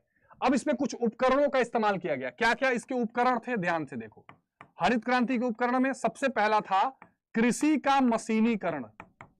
कृषि का मशीनीकरण यानी सबसे पहले आप क्या करो, जो खेती है उसमें मशीनों का प्रयोग करो। उसमें क्या करो, कृषि का मशीनीकरण करो, यानी खेती में जो है वो मशीनों का इस्तेमाल करो, है ना, जैसे ट्रैक्टर, थ्रेशर्स, इन सब चीजों का इस्तेमाल करो।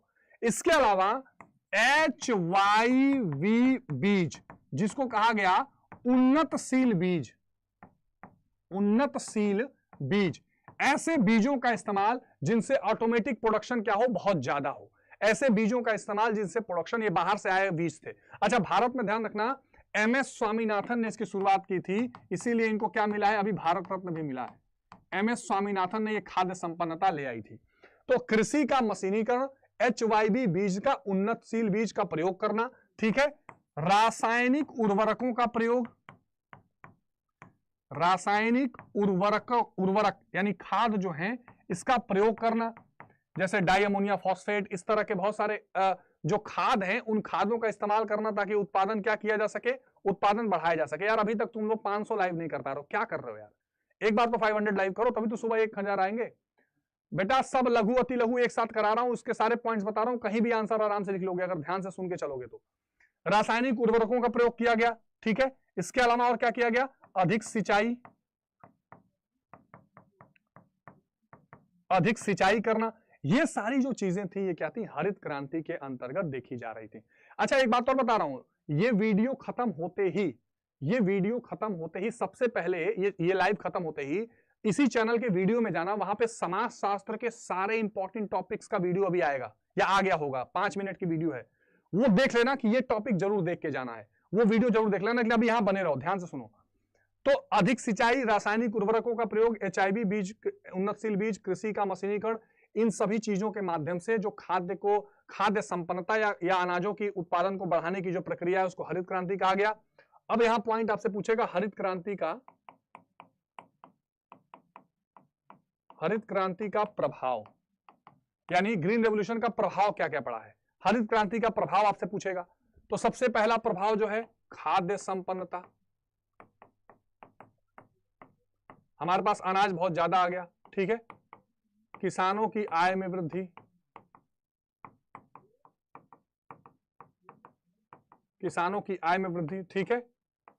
आयात में कमी, बाहर से हमको जो अनाज मंगाना पड़ता था उसमें कमी हुई, आयात में कमी, ये सब क्या है, इसके अच्छे प्रभाव हैं, ठीक है। इसकी कमियां क्या रही, कमियां क्या रही, एक पहला पर्यावरण पर प्रभाव। देखो आपको पता है ना कि बहुत सारे रासायनिक खादों का इस्तेमाल किया गया, तो इन रासायनिक खादों का पर्यावरण पर अच्छा प्रभाव नहीं पड़ रहा था, ठीक है।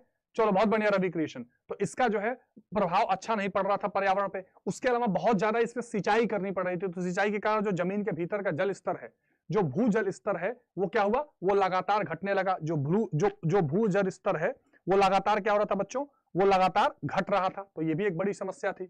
इसके अलावा पर्यावरण पर प्रभाव, भूजल स्तर का गिरना, और किसानों में आय का असमान वितरण, या ये कह सकते हो कि अमीर और गरीब किसानों में अंतर या खाई बनना, ठीक है।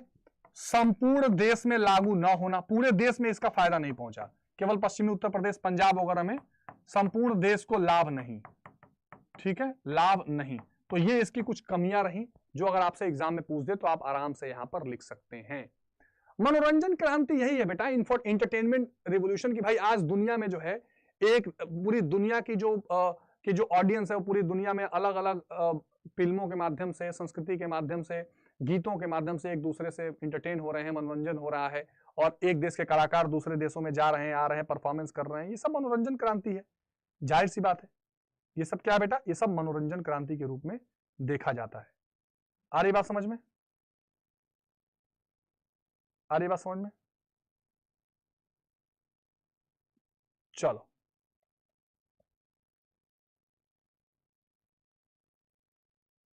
ठीक है बेटा,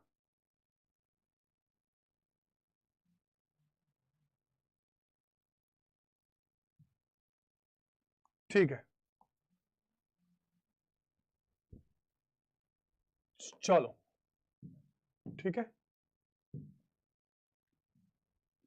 भारत में कृषक समाज की 3 विशेषता। भारत में कृषक समाज की क्या विशेषता है भाई, ठीक है, कम आय, ठीक है, मानसून पर निर्भरता, उनकी अभी भी निर्भरता जो है वो मानसून पर रहती है कि बारिश होगी तो फसल ठीक होगा, ठीक है। फसल की दाम का न मिलना, ये सब विशेषताएं हैं या इनकी कमी होना, ठीक है। कृषक समाज की ये विशेषताएं रहती हैं, ठीक है। मानसून पर निर्भरता, कम आय, ये सारी चीजें क्या है, हाँ ठीक है, बिल्कुल ठीक। ग्रामीण समुदाय,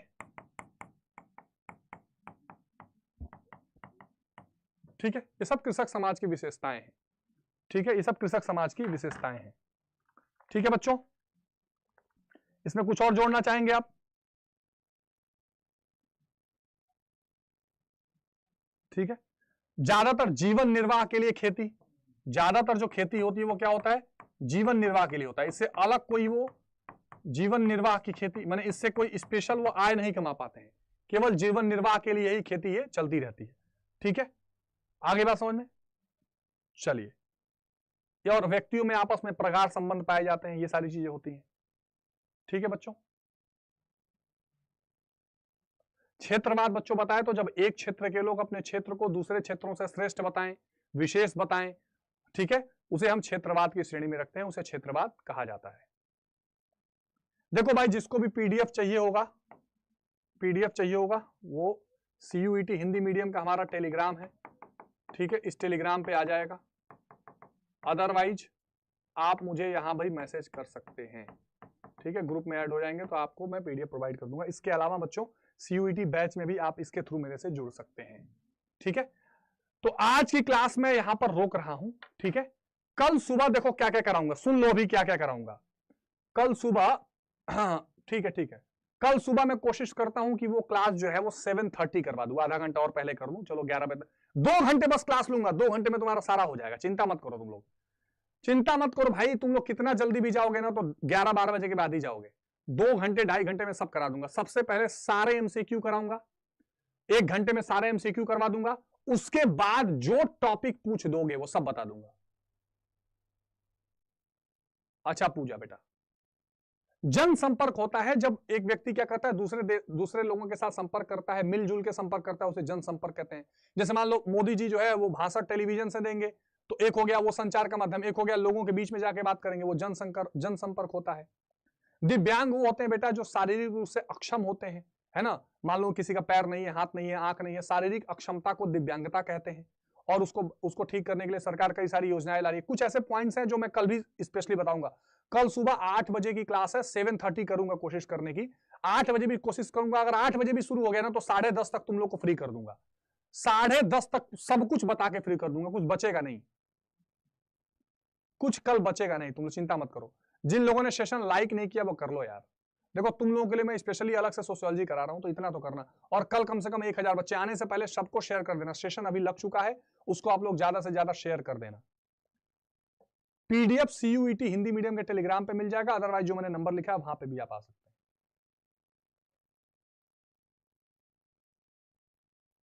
सशस्त्र माने शस्त्रों के साथ, ओके जी के भारती जी। भूमंडलीकरण का मतलब होता है वैश्वीकरण, जब दुनिया के एक देश दुनिया के बाकी देशों के साथ मेलजोल करते हैं, सांस्कृतिक सामाजिक रूप से एक दूसरे से मिलते जुलते हैं। मास मीडिया कल समझा दूंगा। मास मीडिया मतलब क्या है भाई, ऐसी मीडिया जो बहुत सारे लोगों तक पहुंचे, टेलीविजन है, इंटरनेट है, मोबाइल है, ये सब मास मीडिया के उदाहरण है। अब इसको आप आराम से लिख सकते हैं कि कैसे टेलीविजन सभी के घर घर तक पहुंचती है, सभी तक अपनी बातों को पहुंचा देती है, इसका कितना आज के डेट में उपयोग है, कितना महत्व है, ये सारी चीजें। हाँ पीवाई, ये सब PYQ में ही था पल्लवी, सब पूछे गए सवाल हैं। सर प्लीज 10 बजे जाना पड़ता है, बेटा ठीक है 10 बजे तक तुम्हारा काफी कुछ हो जाएगा, चिंता मत करो, जो जो पूछोगे बता दूंगा। मैं कोशिश करूंगा 7:30 स्टार्ट कर दूं। शुभम कुमार टेंशन मत लो, देखो समाज शास्त्र बना के लिखने वाला बहुत अच्छा विषय है, आप अपने समाज में आसपास जो देख रहे हैं उसको आराम से आप विस्तृत रूप से लिख सकते हैं, इसकी चिंता मत करिए। आपको कोई भी चीज एक बार एग्जाम पेपर में आएगा ना, जरा सोचना कि इसके क्या स्थिति है। आंदोलन कर कराऊंगा, पर्यावरण आंदोलन, नारी आंदोलन, ये सब कल कराऊंगा, कल मॉर्निंग में ये आंदोलन वाले सारा इंपॉर्टेंट कराऊंगा, आते ही पहले आंदोलन शुरू करूंगा। जाति पूर्वाग्रह माने होता है कि जब आप किसी जाति के लिए कोई पहले से भावना बनाकर बैठे होते हैं तो वो जाति पूर्वाग्रह होती है, जो गलत भावना।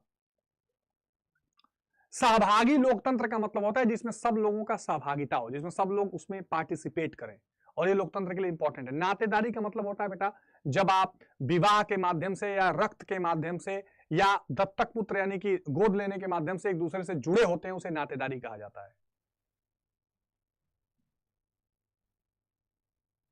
ओके किट्टू, थैंक यू बेटा।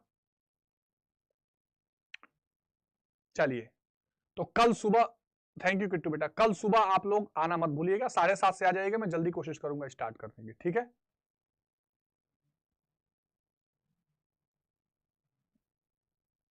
वंशिका बेटा मैंने बताया तो है, जिसको भी बैच परचेस करना है मुझसे आप सीधे यहां पर आ जाइए, ठीक है। बैच परचेस करने के लिए वंशिका बेटा तुमको पहले भी बता चुका हूं मैं, यहां पर आप संपर्क कर लिए।